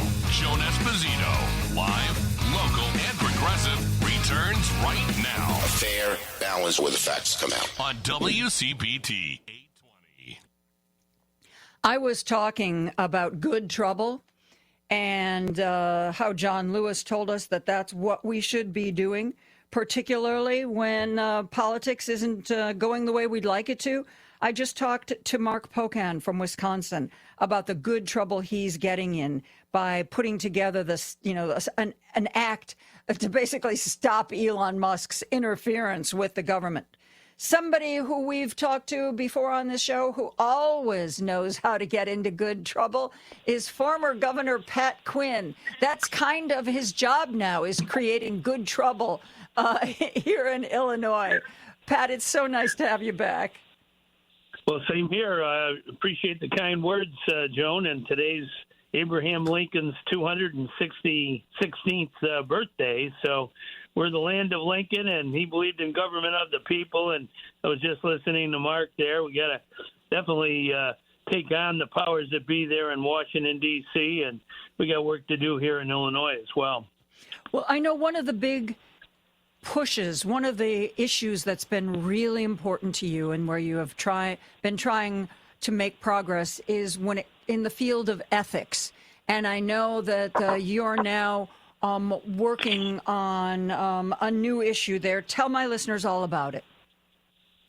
Well, it's appropriate today with the conviction of the former Speaker of the House, Mike Madigan, on 10 counts. It underlines that Illinois, we really need to strengthen our ethics standards to prevent the kind of corruption that's been going on for far too long. And when I was governor, I proposed an ethics initiative which would allow voters by petition and binding referendum to enact the kind of tough, no-nonsense ethics laws that we need to protect taxpayers from corruption taxes and make sure a government is a government of the people. So I think today's events underline how important it is right away this year, in the next few months, for the Illinois General Assembly and Governor Pritzker to pass very strong ethical standards, particularly in the area of conflict of interest voting. And with Commonwealth Edison and AT&T both admitting that they were bribing legislators over the last half dozen years or so, the last decade maybe, we need to prevent the utilities from being able to give these campaign contributions to the statewide officials or legislators. This is not right. Ratepayers should not have to watch their utility company bribing and taking advantage of the insiders to raise our rates. So these are the kind of ethics standards that save money for everyday people and also protect our government. So it's a government of integrity. So restricting or controlling or forbidding certain kinds of campaign contributions, what else would you like to see in this stronger ethics provision? Well, the biggest problem in Illinois for too long has been legislators have financial interests in bills, and they get to sponsor those bills, vote on those bills, advocate the bills.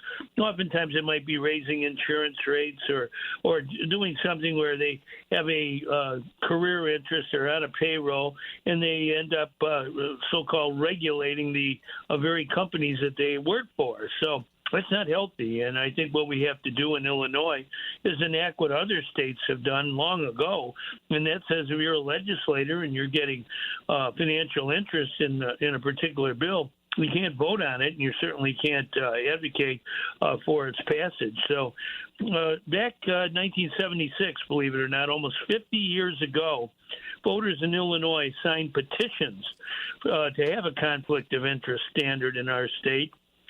635,138 signatures are gathered, and they still haven't passed the law. And again, when I was governor, I proposed the conflict of interest standard, and Mike Madigan, he wouldn't go for it. And now he's met the verdict of the jurors today, and I think it's important for Governor Pritzker and the Speaker of the House, Chris Welch, and Don Harmon, the President of the Senate, to roll up their sleeves. Next week is the budget address of the governor and state of the state. This is the time to act on behalf of the people at large. For too long, the insiders have been calling the shots, and we got to put our foot down and stop that.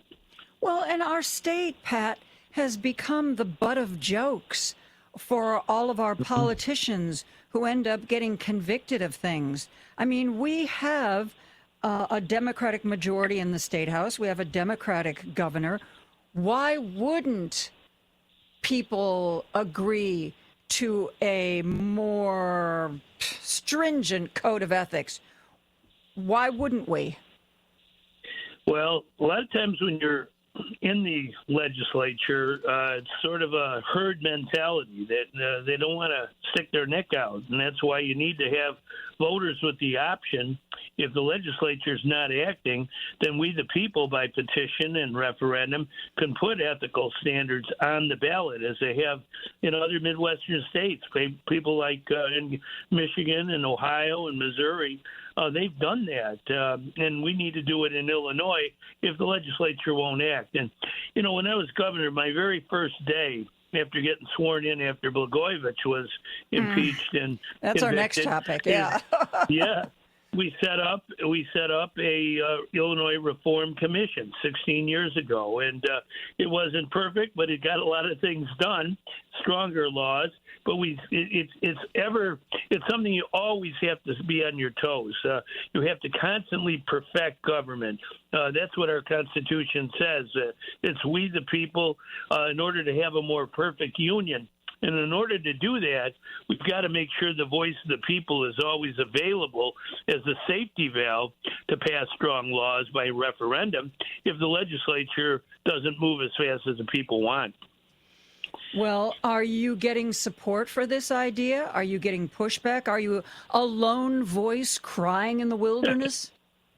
No, I just did a poll, and 80% of the people of Illinois like the idea of an ethics initiative. Now that Mike Madigan is no longer speaker, and today, with the decision of the jury, the verdict of the jury, I think it gives some momentum to what I've been talking about, that it's time for Illinois. And, really, just since 2018, when Governor Pritzker got elected the first time, 10 Illinois legislators, including Madigan, have been indicted and or convicted of felonies. Well, 10 in 6 years, 7 years, this is not acceptable. We've got to do something about it. And the power of petition and referendum, that belongs to the people. And that's really the best way to get the strongest laws for making sure we have a government that reflects the honesty of everyday folks. Speaking of Rod Blagojevich, he most famously, of course, has now been pardoned by Donald Trump. There are rumors possibly coming from his own house. I'm not sure. But there's rumors that he would love to be the ambassador to Serbia. Yeah, there are even Republicans who have said, you know what? It's wrong to pardon corrupt politicians. They haven't said it very loudly, but, there has been some pushback that this idea that all it takes to get a clean slate is fealty to Donald Trump. Not only do you get a clean slate, but quite possibly you get rewarded. Pat, that's the world we're living in. Yeah, it's very sad. That was a political pardon by Trump to help somebody who corrupted Illinois government. The jury in his case, Blagojevich's case, spoke out, and he was guilty of betraying the trust of the people of Illinois. And he was sentenced, and he had to serve time in jail. And the bottom line is that pardons should not go to people who corrupt government, especially the case of Blagojevich. Oh, you're such a radical. Don't give pardons to people just because they're corrupt. Come on. Well, I saw him on TV last night, I guess it was. He's never expressed any remorse or apology or said he was sorry for the corruption that he caused in Illinois. We actually passed a recall amendment when I was governor after his wrongdoing and George Ryan's wrongdoing. So, the bottom line is that what happened with this pardon is sending, as you said, the wrong message. The politicians who do wrong, who hurt the public, who hurt taxpayers, taxpayers should not get pardons. I was governor of Illinois, so was Blagojevich, and in my time as governor, I had a great number of people, everyday people, petitioning for clemency, for a pardon. Mm-hmm. And I went over each and every one of those cases. There was about 5,000, and I didn't grant all the pardons. There was about 38% I granted. But in his time as governor, Blagojevich ignored that. He was too lazy. He didn't look at the petitions that mounted up like an avalanche of people seeking review of their conviction. He didn't do anything there. And now, once he himself went to jail, he wants a pardon from the president, but he didn't give that kind of review to people in Illinois who had at least the right to seek a clemency from the governor. He turned his back on those folks, and that's, to me, an ultimate of hypocrisy, and it underlines that we need strong ethics laws that are enforced in our state and our country, and we don't let politicians who break those laws off the hook with some kind of political pardon. That's just plain wrong. Yeah. Well, I never got the impression that Rod Blagojevich was a very empathetic or sympathetic as a human being. As a matter of fact, he seemed like one of those politicians who kind of in a Trumpian vein really only cares about themselves, what's good for me, what's not good for me, not what's good for any organization or, God forbid, any municipality that I represent. And he's whether or not this ambassadorship comes through, he has not ruled out running for office again, though I can't imagine he'd do that, Pat. I mean, come on. Well, the impeachment that occurred with the conviction, Joan, back in 2009, prohibits Blagojevich from running for any Illinois state office or local office. It doesn't pertain to running for Congress or U.S. Senate. So, you never know. Blagojevich may try that. But, he's playing this victim act. The people who were victimized by Rod Blagojevich were the taxpayers and voters of Illinois. And here we are at Abraham Lincoln's birthday. We ought to remember what he stood for, honesty in government and making sure we took care of people who need a helping hand. And right now we're not seeing that in our country. And Rod Blagojevich has a lot to learn about empathy and making sure that voters and taxpayers come first. Yeah. Former Governor Pat Quinn calling for new laws to address ethics issues in government. Pat, thank you. It is always a delight to talk with you. Take care. Well, same here, Joan. Keep up the good work. I'll try. We're going to take a break for the news, and DePaul journalist in residence Chris Bury is going to join us after that. It's time for Joan Esposito. Live, local, and progressive. I want somebody who's passionate. I want somebody who can talk to people like a real person, who can make people feel things, who can make people want to follow them. It's time for Joan Esposito on WCPT 820, Chicago's Progressive Talk. That person who can speak plainly, that person who can make you feel things is DePaul journalist in residence Chris Bury, longtime network newsman and a great communicator. How are you, Mr. Bury? I'm well, Joan. Always good to be with you. And listening to former Governor Pat Quinn speak about corruption, it just sounded so quaint. It was like something out of a different era. Good government, and on a day when we get Madigan convicted on 10 counts, deadlocked jury on the other 6, and Rod Blagojevich getting a pardon and lobbying to be the ambassador to Serbia. Yes, it does sound like the before times to hear Pat Quinn.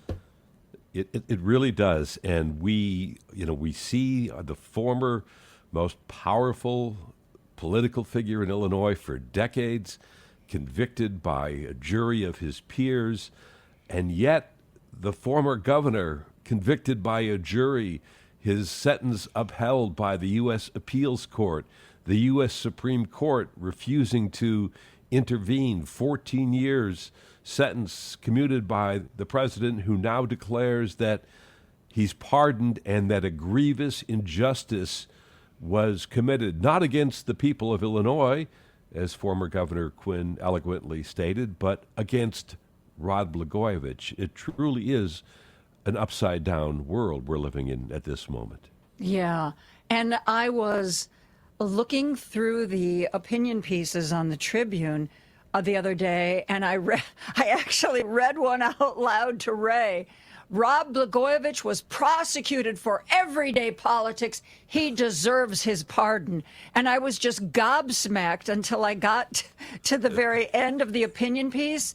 Leonard Goodman is a Chicago criminal defense lawyer who represented Rod Blagojevich, which I thought was, good that he still believes in his client. But I thought it was kind of weird for the Tribune to post a commentary by the defense lawyer. I don't know, Chris, if you get charged with a crime and then Donald Trump decides to pardon you, do you expect your lawyer to write an opinion piece in the Tribune talking about how it was all so unfair? And my favorite part is someday, well, it's going to come to light, all the wrong things the government did to achieve this prosecution. Well, if there are wrong things the government did, now would be a good time to bring those things to light. I'm just saying, Mr. Goodman, rather than just alluding to the fact that Rod was a victim of the deep state, maybe you could give us some info on that. Well, of course, the Unbelievable. appeal might have been a good time for that. Too. And I was reminded, hearing Governor Quinn talk about this, I was sitting in Springfield during the proceedings to first impeach and then remove Rod Blagojevich, and I was sitting there in the Senate gallery when the vote came down 59-0. A majority of Democrats and Republicans knew that Blagojevich was a crook, and it was a unanimous vote to remove him from office. I mean, there wasn't any controversy about it, really. Yeah. No, it was what he was doing, not just with the Senate seat that he apparently tried to sell to the highest Shop around, bidder. yeah. Yeah, but there were other things. I don't know if you remember back then, Edwin Eisendrath, who is our Saturday afternoon host, and also, by the way, teaches at DePaul. You might run into him in the hallway. I remember at the time, because, he was a Democratic alderman. His family's been deeply involved in Democratic politics. And he was so frustrated because he kept talking to the people in power and nobody wanted, it was almost like it is now with Trump. Nobody wanted to cross Blagojevich. Nobody wanted to point out the illegalities or the times there were ethics breaches. Nobody wanted to come forward. And Edwin was so frustrated that nobody was shining a light on this that he actually declared that he was going to challenge Blagojevich in the primary. He mounted a gubernatorial campaign, and it was because he just couldn't stand what he was seeing Rod Blagojevich do, and there weren't people in the party willing to stand up to him or go public. Sound familiar, Chris? It does, and the thing that changed in that case is that we heard the tapes, we heard the wiretaps, and people were able to judge for themselves. It wasn't a Democratic politician, a Republican politician, or a member of the media. People heard those FBI tapes, and when they heard Blagojevich say, "What I got is effing golden," everybody in America, everybody in Chicago, from a cab driver to a PhD professor, knew exactly what Blagojevich was talking about, and he was trying to get something of value in exchange for selling the newly vacant Senate seat of Barack Obama. But yeah, it took the FBI takes. But on the wider picture of corruption, because there's so much happening, I just don't think most folks are just tuned in to just everything. It's not just the Blagojevich pardon, dropping the investigation into New York City's mayor, Eric Adams, on corruption charges and bribery charges, dropping the sexual assault extortion investigation into Vince McMahon, Trump's longtime financial supporter, and that doesn't even begin the firing of the inspectors general and the head of the ethics office. And, every guardrail that we've had in this country for decades is getting obliterated, and it's happening so fast that I don't think it's sinking in because, the news media can't keep up and people have lives and all that. But does anybody know? I mean, what a strange time that we're in where they're basically, there are no ethics anymore at all. And just yesterday, he got rid of the rule that prevented American businesses from bribing foreign governments. I mean... Yep. Yep. Somebody who himself has been convicted of fraud, it's sometimes when somebody's guilty of something, they want to give you this idea that they didn't do anything that everybody else doesn't do, that it's normal, it's natural, everybody does it.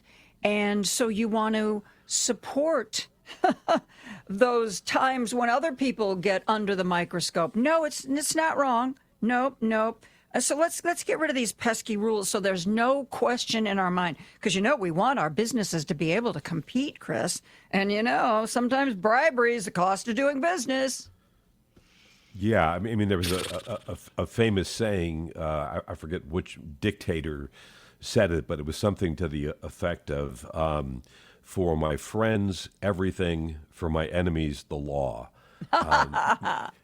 Meaning just that anybody who was a crony, green light, but if they were a perceived enemy, the full force and weight of the law. And that's what I fear we're sort of sliding into unless it can be stopped. And it may not be able to be stopped between now and the next election. Who knows? Well, it certainly won't be stopped without Republican help, which seems woefully absent right now. That's certainly going to be the case. And,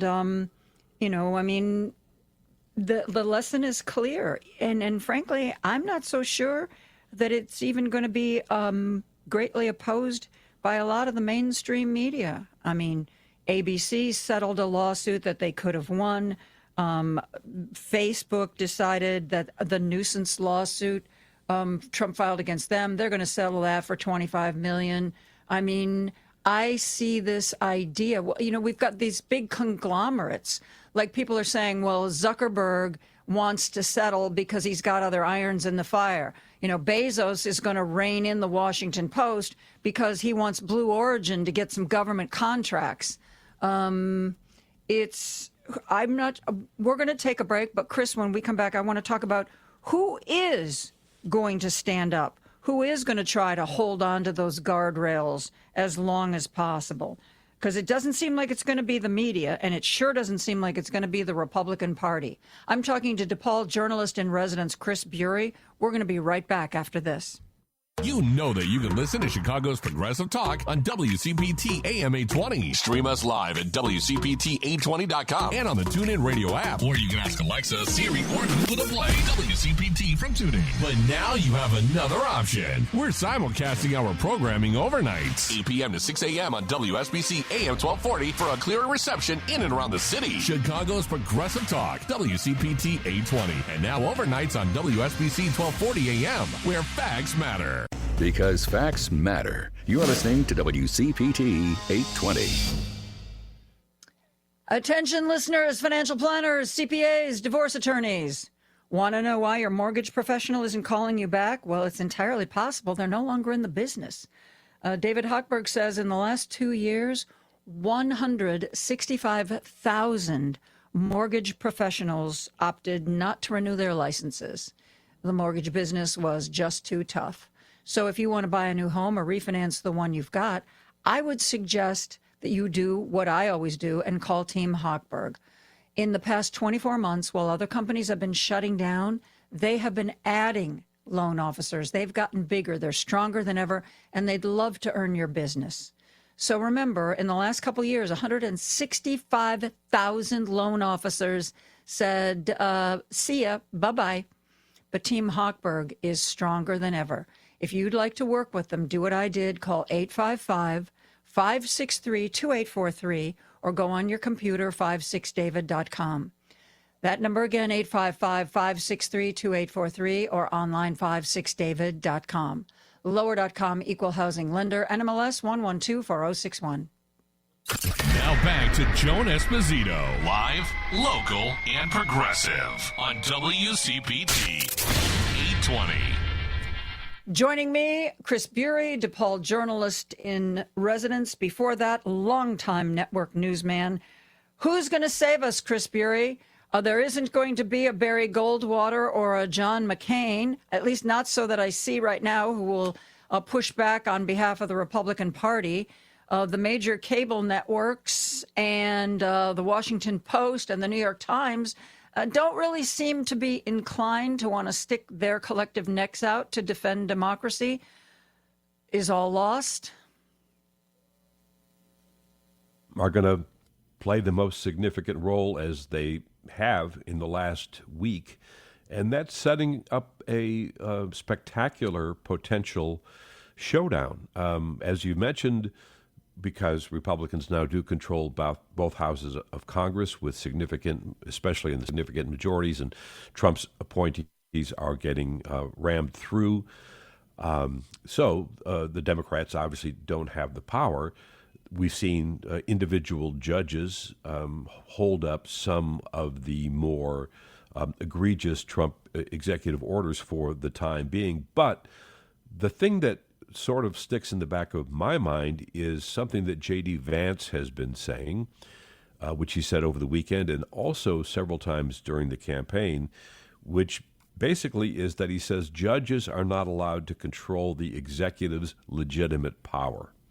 And to a lot of people, that seems like the administration is laying the groundwork to defy some of these individual orders. And as we've seen, some of the aid that was ordered to be resumed has not been resumed. So then, that potentially sets up some kind of, and I'm not a lawyer here, but just a student of recent history, it sets up a showdown with the U.S. Supreme Court, where if the administration defies repeated court orders, there's going to have to be some kind of a moment where it comes to a head, and it's got to be the U.S. Supreme Court. I was talking to somebody last week who enlightened me about the Supreme Court. I grew up with the Warren Court, where it seemed like the court was always doing the right thing at the federal level and saving us and, really fighting for the people. And the person I was talking to said, well, yeah, but you do realize that was like an exception throughout American history.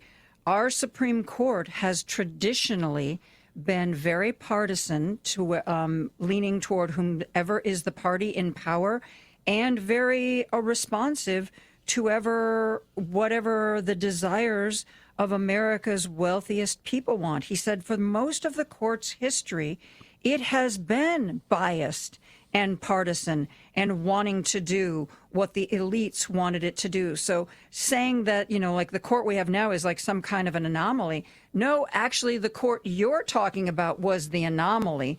And what John Roberts is doing is sort of business as usual. And I understand that. And I read a little bit more, educated myself a little bit more after that conversation. But this is different. This isn't just a partisan president wanting a partisan court to go along with their ideas. This is an executive who said when he was campaigning that he thought rather than three equal branches of government, the executive branch of government, it should be like the top of the pyramid. It should be the most important branch of government with, Congress and the judiciary sort of down below. I know that John Roberts has been a great enabler of Donald Trump, but if he is really faced with the prospect of the courts basically becoming a second-rate agency do you think that will change him and his leadership?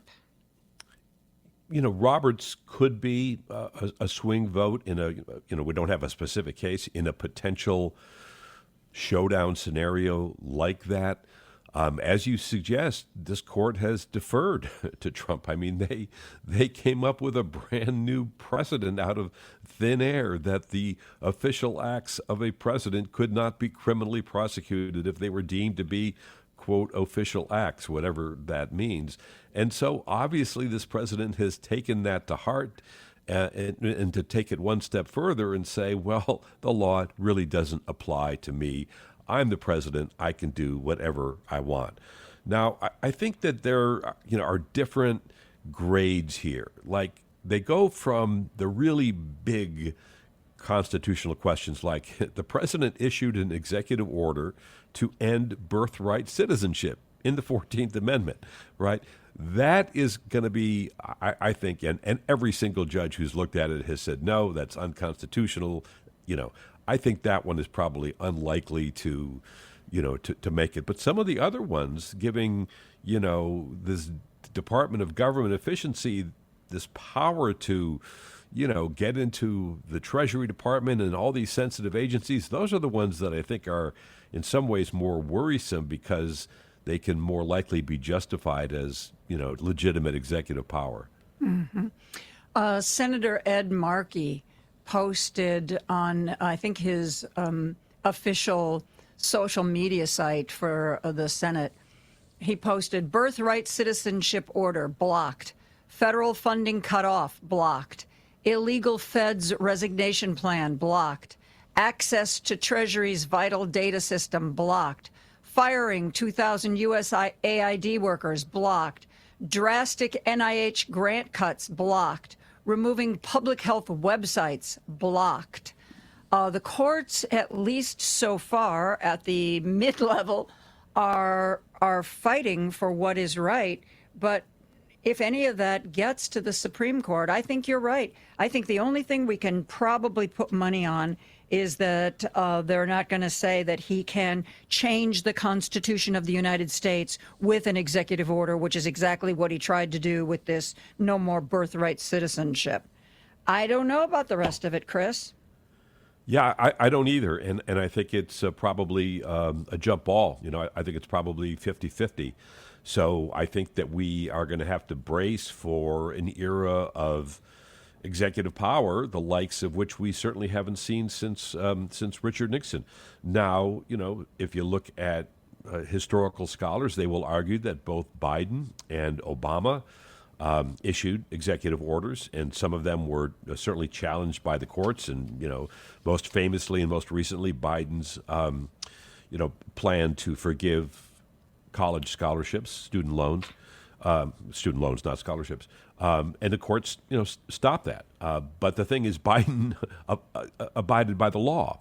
And my question is, and I think a lot of people are asking, okay, is the Trump administration going to defy these judges' rulings? And I guess we're going to see that, play out in the next week or so. Okay, let's say the Supreme Court does make a ruling that for whatever reason Donald Trump doesn't like, and he chooses to go the Andrew Jackson route, which is just like, you know what? If they feel that strongly, let them enforce it. Will that change John Roberts, Amy Coney Barrett, Brett Kavanaugh, Gorsuch? Well, it won't change. Thomas and Alito will go to their grave. I'm not even sure Clarence Thomas would stand up if there was a challenge to interracial marriage. I'm not even sure that Clarence Thomas, an African-American man married to a white woman, if Trump wanted to ban interracial marriage, I think Clarence Thomas would find a way to agree with him. Well, he hasn't disagreed with him on anything so No. far that I'm aware of. So you could be right. But, I guess the only, you asked what's to stop. So the courts, number one, and number two would be public opinion. And that's the interesting thing to me because Trump cares about it. He truly cares about his approval rating and this idea that he is beloved by, the American people. And that's one area. If public perceptions start dropping, then I think that's another possible check. Mm-hmm. Who knows? Assuming that the people around him even share those numbers with him, my understanding was when he was on trial and that there was somebody on his defense team who was assigned to print out positive news about him and positive articles about him. She was known, I forget her name, she was known as the copier girl. And that was her job, was to find good things written about him to share with him every day. Absolutely, she carried a portable printer around in the courtroom to print out these articles because he didn't want to read them on an iPad or whatever. But it speaks to his personality and even to his appointments. You want to look at some of the appointments that have just been confirmed by the Senate and ask, well, why did Trump pick this person? Well, one of the reasons is that they said really nice things about him on television, and he saw it, and he liked it. He liked seeing Pete Hegseth praise him on Fox News. He liked seeing Tulsi Gabbard speak approvingly of him on television, and he thinks both of these people are telegenic, good communicators, to use his cliche, central casting. He loves that stuff. Yes, he does. So that's a part of the dynamic that we have to consider. And the other thing, of course, is we haven't talked about, connected to this, is Elon Musk. Elon Musk's popularity is tanking. YouGov came out with a poll this week, and his favorability has dropped 10 points in 7 days. So I think that's the other dynamic that obviously the Trump folks are going to look at. To what extent is Elon Musk seen as a help or hindrance to the public perception of the president? Well, I do like the fact that Susie Wiles, who ran Donald Trump's campaign and is now his chief of staff, Elon Musk had this whole Doge staff, so they put them in the Eisenhower building, which is on the grounds of the White House, but not in the White House. But apparently Musk wanted an office in the West Wing. And Donald Trump said, you got to talk to Susie about that. And Susie was like, it makes more sense for you to be with your people. So we're not going to give you an office in the West Wing. You can go over to the Eisenhower building, and we'll give you this really big space where you can be with all of your people. So I thought to myself, very, very clever. Donald Trump didn't have to deal with it because he put her in charge, and she dealt with it in a way that kept everybody at least reasonably happy. Chris, we need to take a break. I'm glad you touched on Elon Musk. There's a whole segment's worth of conversation just about this man alone. Chris Bury, DePaul journalist in residence, and I are going to have that conversation right after this. Now back to Joan Esposito, live, local, and progressive. I wouldn't trust anybody else. On WCPT 820. And I'm joined by Chris Bury, DePaul journalist in residence. After a long career as a network newsman, he settled at DePaul. Before the break, we just started to talk about Elon Musk. For those of you who missed it, there was a news conference where Donald Trump was sitting at the Resolute desk, and Elon Musk was there with one of his apparently 11 children. And it seemed like Elon Musk was taking the questions more than Donald Trump was. I don't know if you saw any of the video, Chris, or even a still from it, but I was shocked at how utterly, exhausted.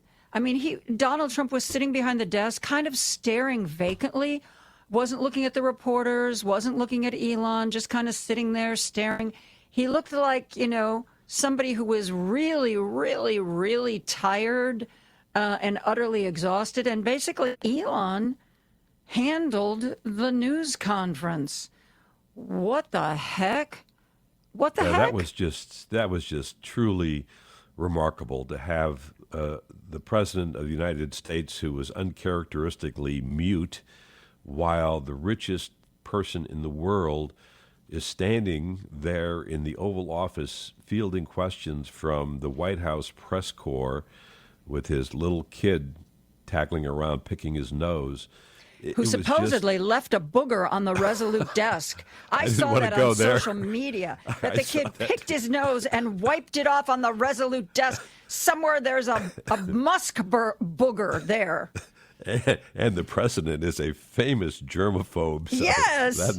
That didn't go over well. But no, I mean, seriously, who elected this guy? I mean, he's the richest person in the world, and he has enormous influence. And he's now technically a government employee, but he has been declared exempt from filing personal disclosure or public disclosure information. I guess that they're claiming they can keep that quiet, but it's just unbelievable. And, I was listening to your terrific discussion earlier with Brett Murphy from ProPublica, who was talking about, the gutting of the AID, Agency for International Development, which was, of course, Musk's first victim in his attack on spending.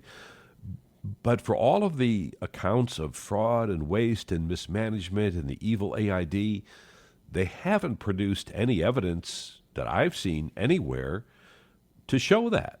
So it's just we are left to take the word of Musk and Trump that they are ferreting out government waste and saving money for taxpayers.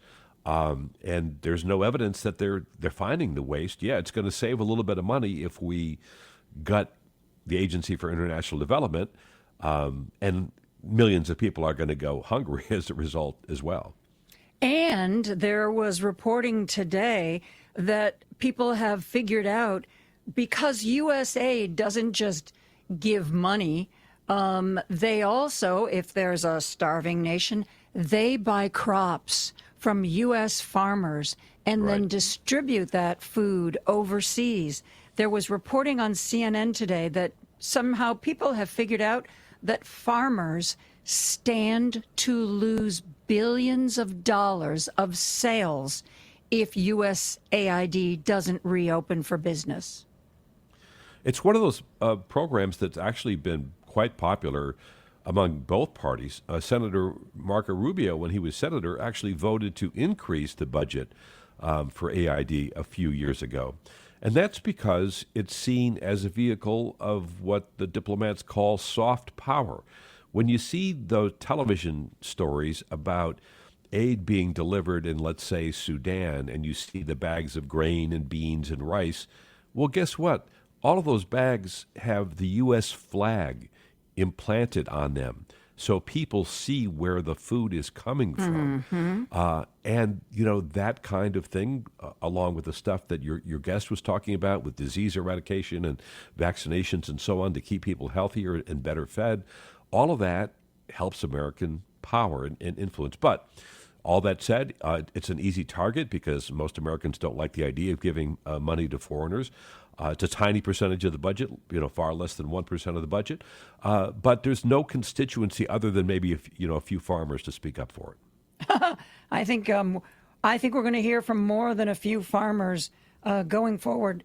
Excuse me. I don't know if you also saw I think it was in that YouGov poll. I don't know.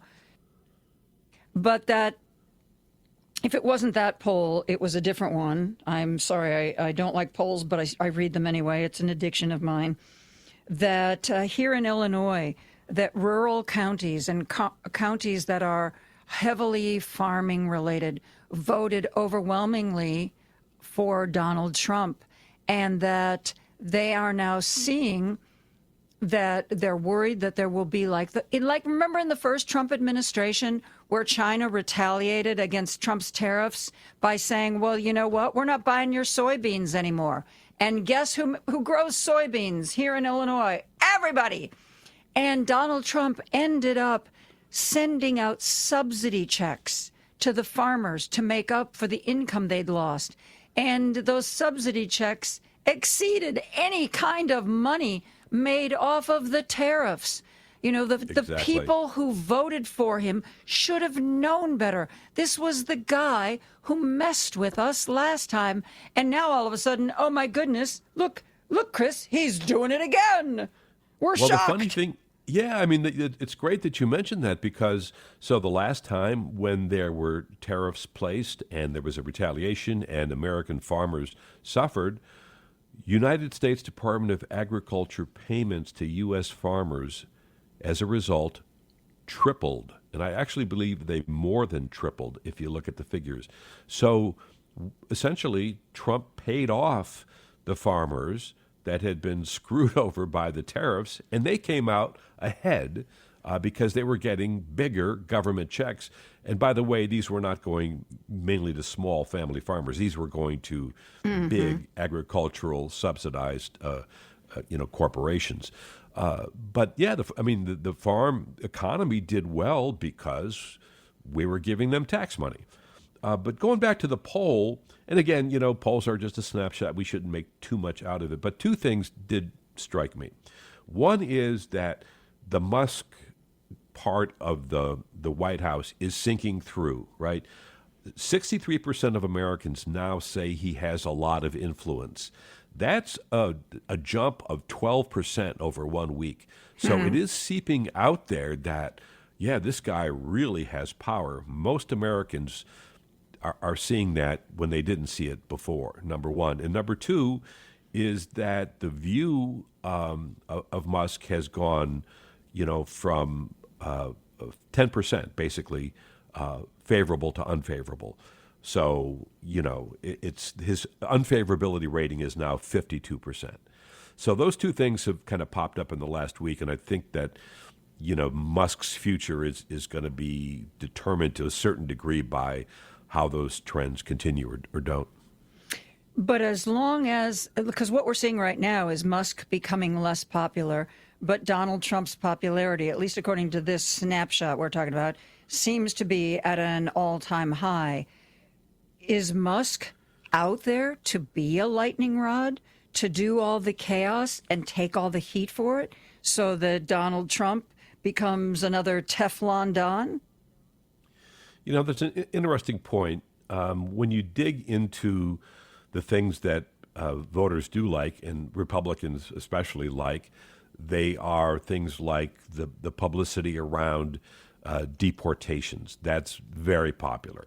The executive order about the performance of boys and girls by sex at birth in sports. That's extremely popular. Those are the kinds of social things that, are popular. They're Donald Trump fulfilling his campaign promises. He did promise to do those things, and he's doing them. So that part of it, people do like. But I don't think that the idea that this unelected guy who is rooting around in your Social Security number at a time in history when Trump during his campaign promised to help the middle class and working class and so on, having a billionaire in charge, I don't think is great publicity. Well, especially since, he's not, this isn't a billionaire that we particularly admire. Even before he started getting involved with government, I mean, he made no secret of his drug use. He was considered erratic at best. If he didn't have a Tesla board that was composed of sycophants, he probably, I can't imagine a company that would say, yeah, that's our guy. He's our leader. Let's all get behind him. He's got some great ideas. But instead, Elon Musk goes to the Tesla board and says, you know what? You should pay me $100 million a year. And they go, well, you know what? Let's think about that. We'll discuss it. It's a possibility. It's on the table. It's just unbelievable to me that responsible adults, apparently none of whom are really involved in his companies, are looking at this guy and going, I mean, who would want a man who was as deeply and publicly anti-Semitic and erratic as Elon Musk leading their company? Yeah, and now, thanks to Elon Musk, we're having Trump say things about white South African refugees, perhaps getting special, protected status. Not all South Africans, remember, folks, just the white ones. And this is believed to be an executive order that Elon, if he didn't draft it himself, he was responsible for. Yeah, we want those white South Africans here. But, even Donald Trump, remember when he said before, I don't understand why we don't get more immigrants, from Denmark and Sweden and Finland. Why don't we get those people? Why don't they want to come here?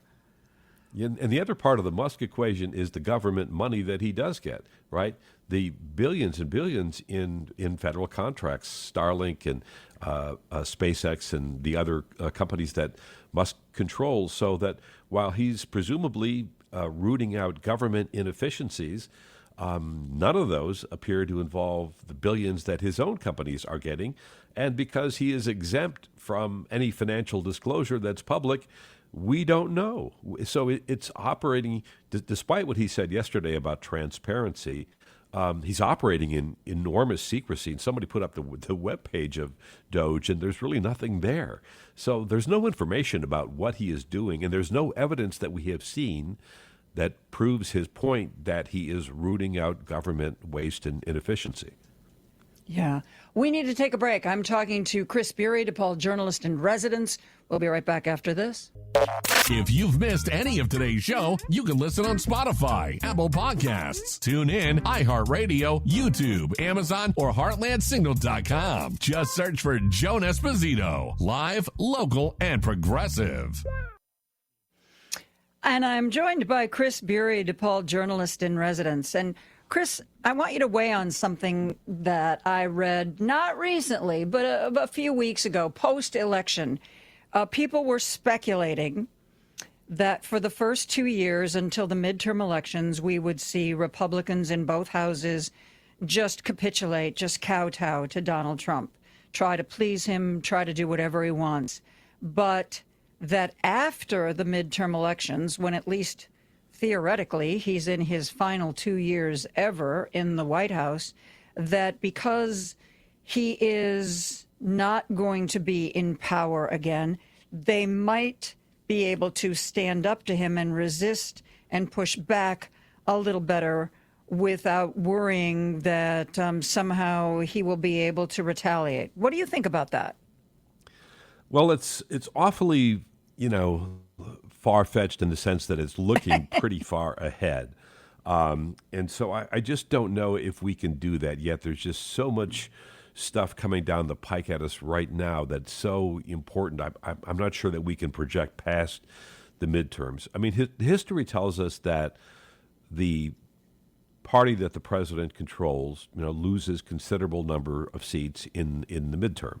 And Biden actually did pretty well by not losing too many. I mean, lost control of the House, but did not lose that many seats.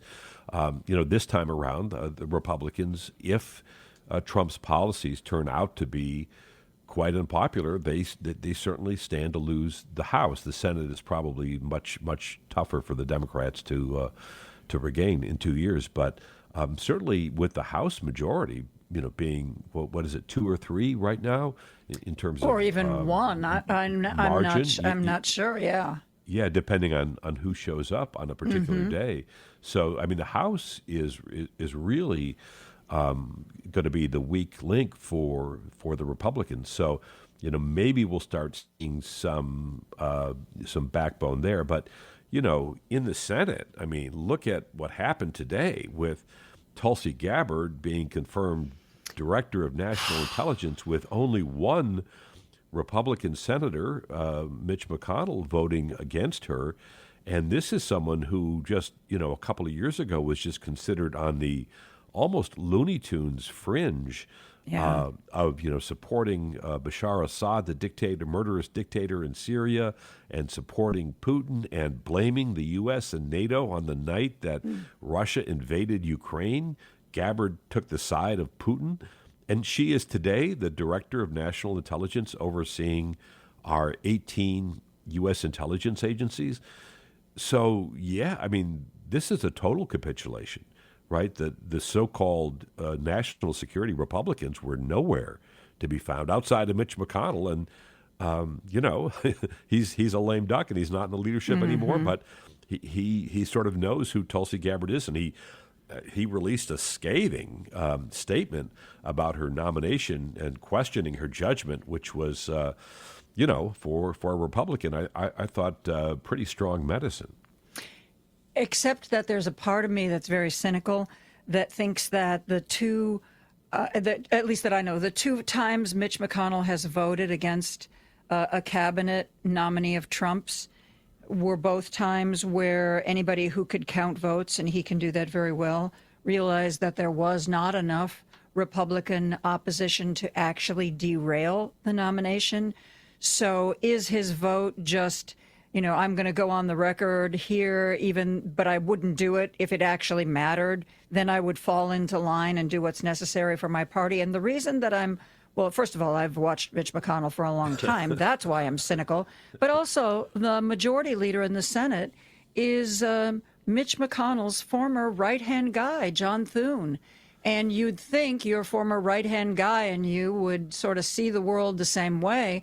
So if Mitch McConnell wasn't able to convince Thune, who then might have actually been able to convince enough Republicans to truly derail these nominations, I'm wondering if it wasn't so much a vote of meaningfulness other than just kind of a middle finger to Donald Trump. Yeah, no, I think it was partly that, but two things. One is that McConnell's not going to seek re-election, so he's a lame duck, and he can sort of vote his conscience. And number two, he's got a strong record of standing up for Ukraine and being very skeptical of Putin. And I think that he is genuinely upset that a Putin apologist who is, just publicly parroted Russian propaganda for years is now the director of national intelligence. I mean, in Russian media, they were joking about her, saying that she is our Gale. That's how they refer to her on the Russian TV, that Tulsi Gabbard is our gal because she has never, ever criticized Putin. And so with that, she certainly shares a bond with, the man who appointed her, Donald Trump. So, yeah, I mean, on this one, I'm going to give McConnell the credit, but it didn't do any good because he was the lone vote.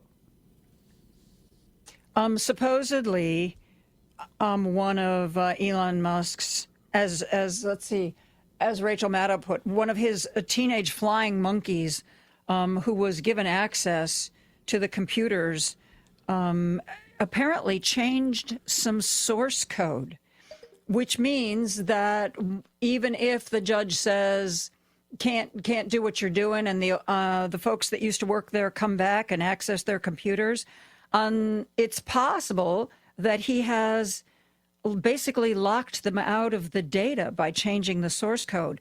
There was a part of me that was kind of hoping, and I suppose they might have gone to jail, but there was a part of me that was hoping that the, say, Treasury people who were being thrown out of their jobs and offices, I was kind of hoping one of them would change the code on the way out the door so that the flying monkeys wouldn't be able to do and get into the systems the way they did.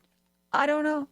Maybe that's the rebellious teenager in me, but it just seems like nobody is following the laws except our side.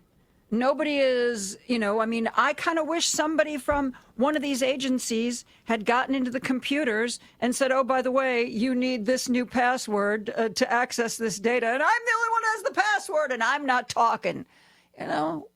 I don't know. It seems like it's a 5-alarm fire, but I look at the agencies and I look at some of our Democratic leaders and they don't seem to be acting like it's a 5-alarm fire. And I'm frustrated.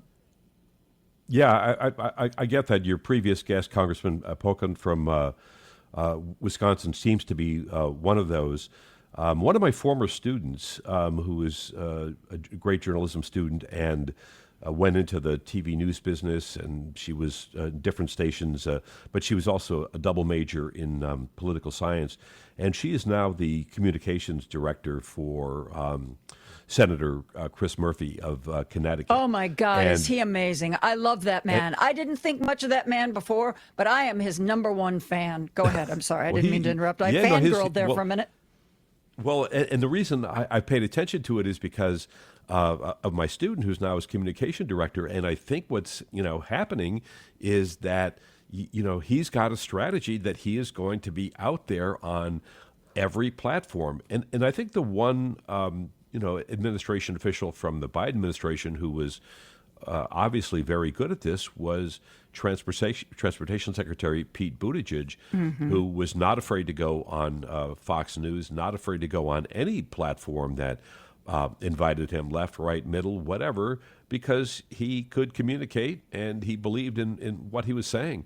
Yeah. But there seems to be this sort of collective lockjaw, or just, who knows?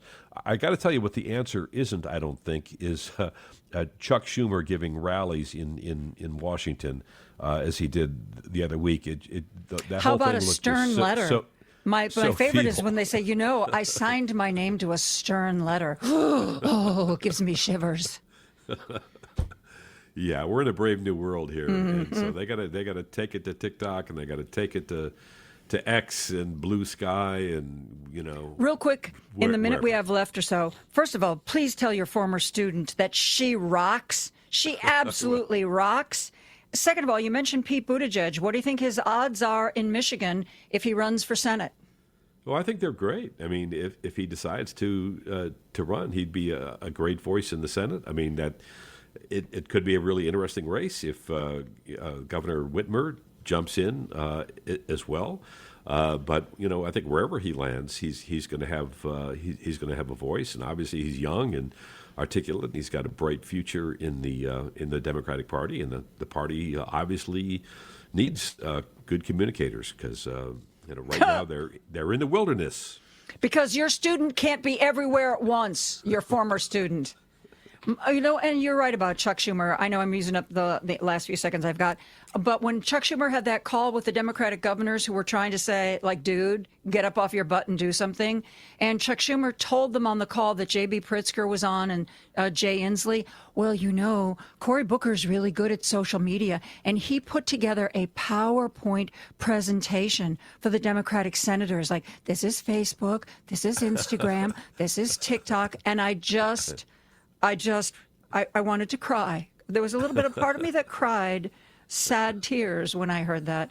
Chris Bury, it is always a delight to talk with you. Thank you for being here. You're welcome. Enjoyed it, Joan, as always. Thank you. Thank you. That's going to do it for me. Patty Vasquez isn't in tonight. Elliot Serrano is going to be in her stead talking to some of the candidates for trustee of Skokie, among other folks. Richard Chu, of course, will be here tomorrow at 6 a.m. He's going to be talking to Nathan Schrader, an associate professor of politics at New England College. I love talking to political science professors. It's always such an informed discussion. And tomorrow, you might have been reading about microplastics being found in people's brains on autopsy. It's time to check in with Michael Hawthorne, the Chicago environmental the Tribune environmental and public health reporter, among other things. I'm also going to talk to that Dr. Rubin, who is the guy who's trying to take over and bring you the CDC's information. It's going to be a fun show. Thanks for being here. Have a great evening. I will see you tomorrow at 2 o'clock. Good night.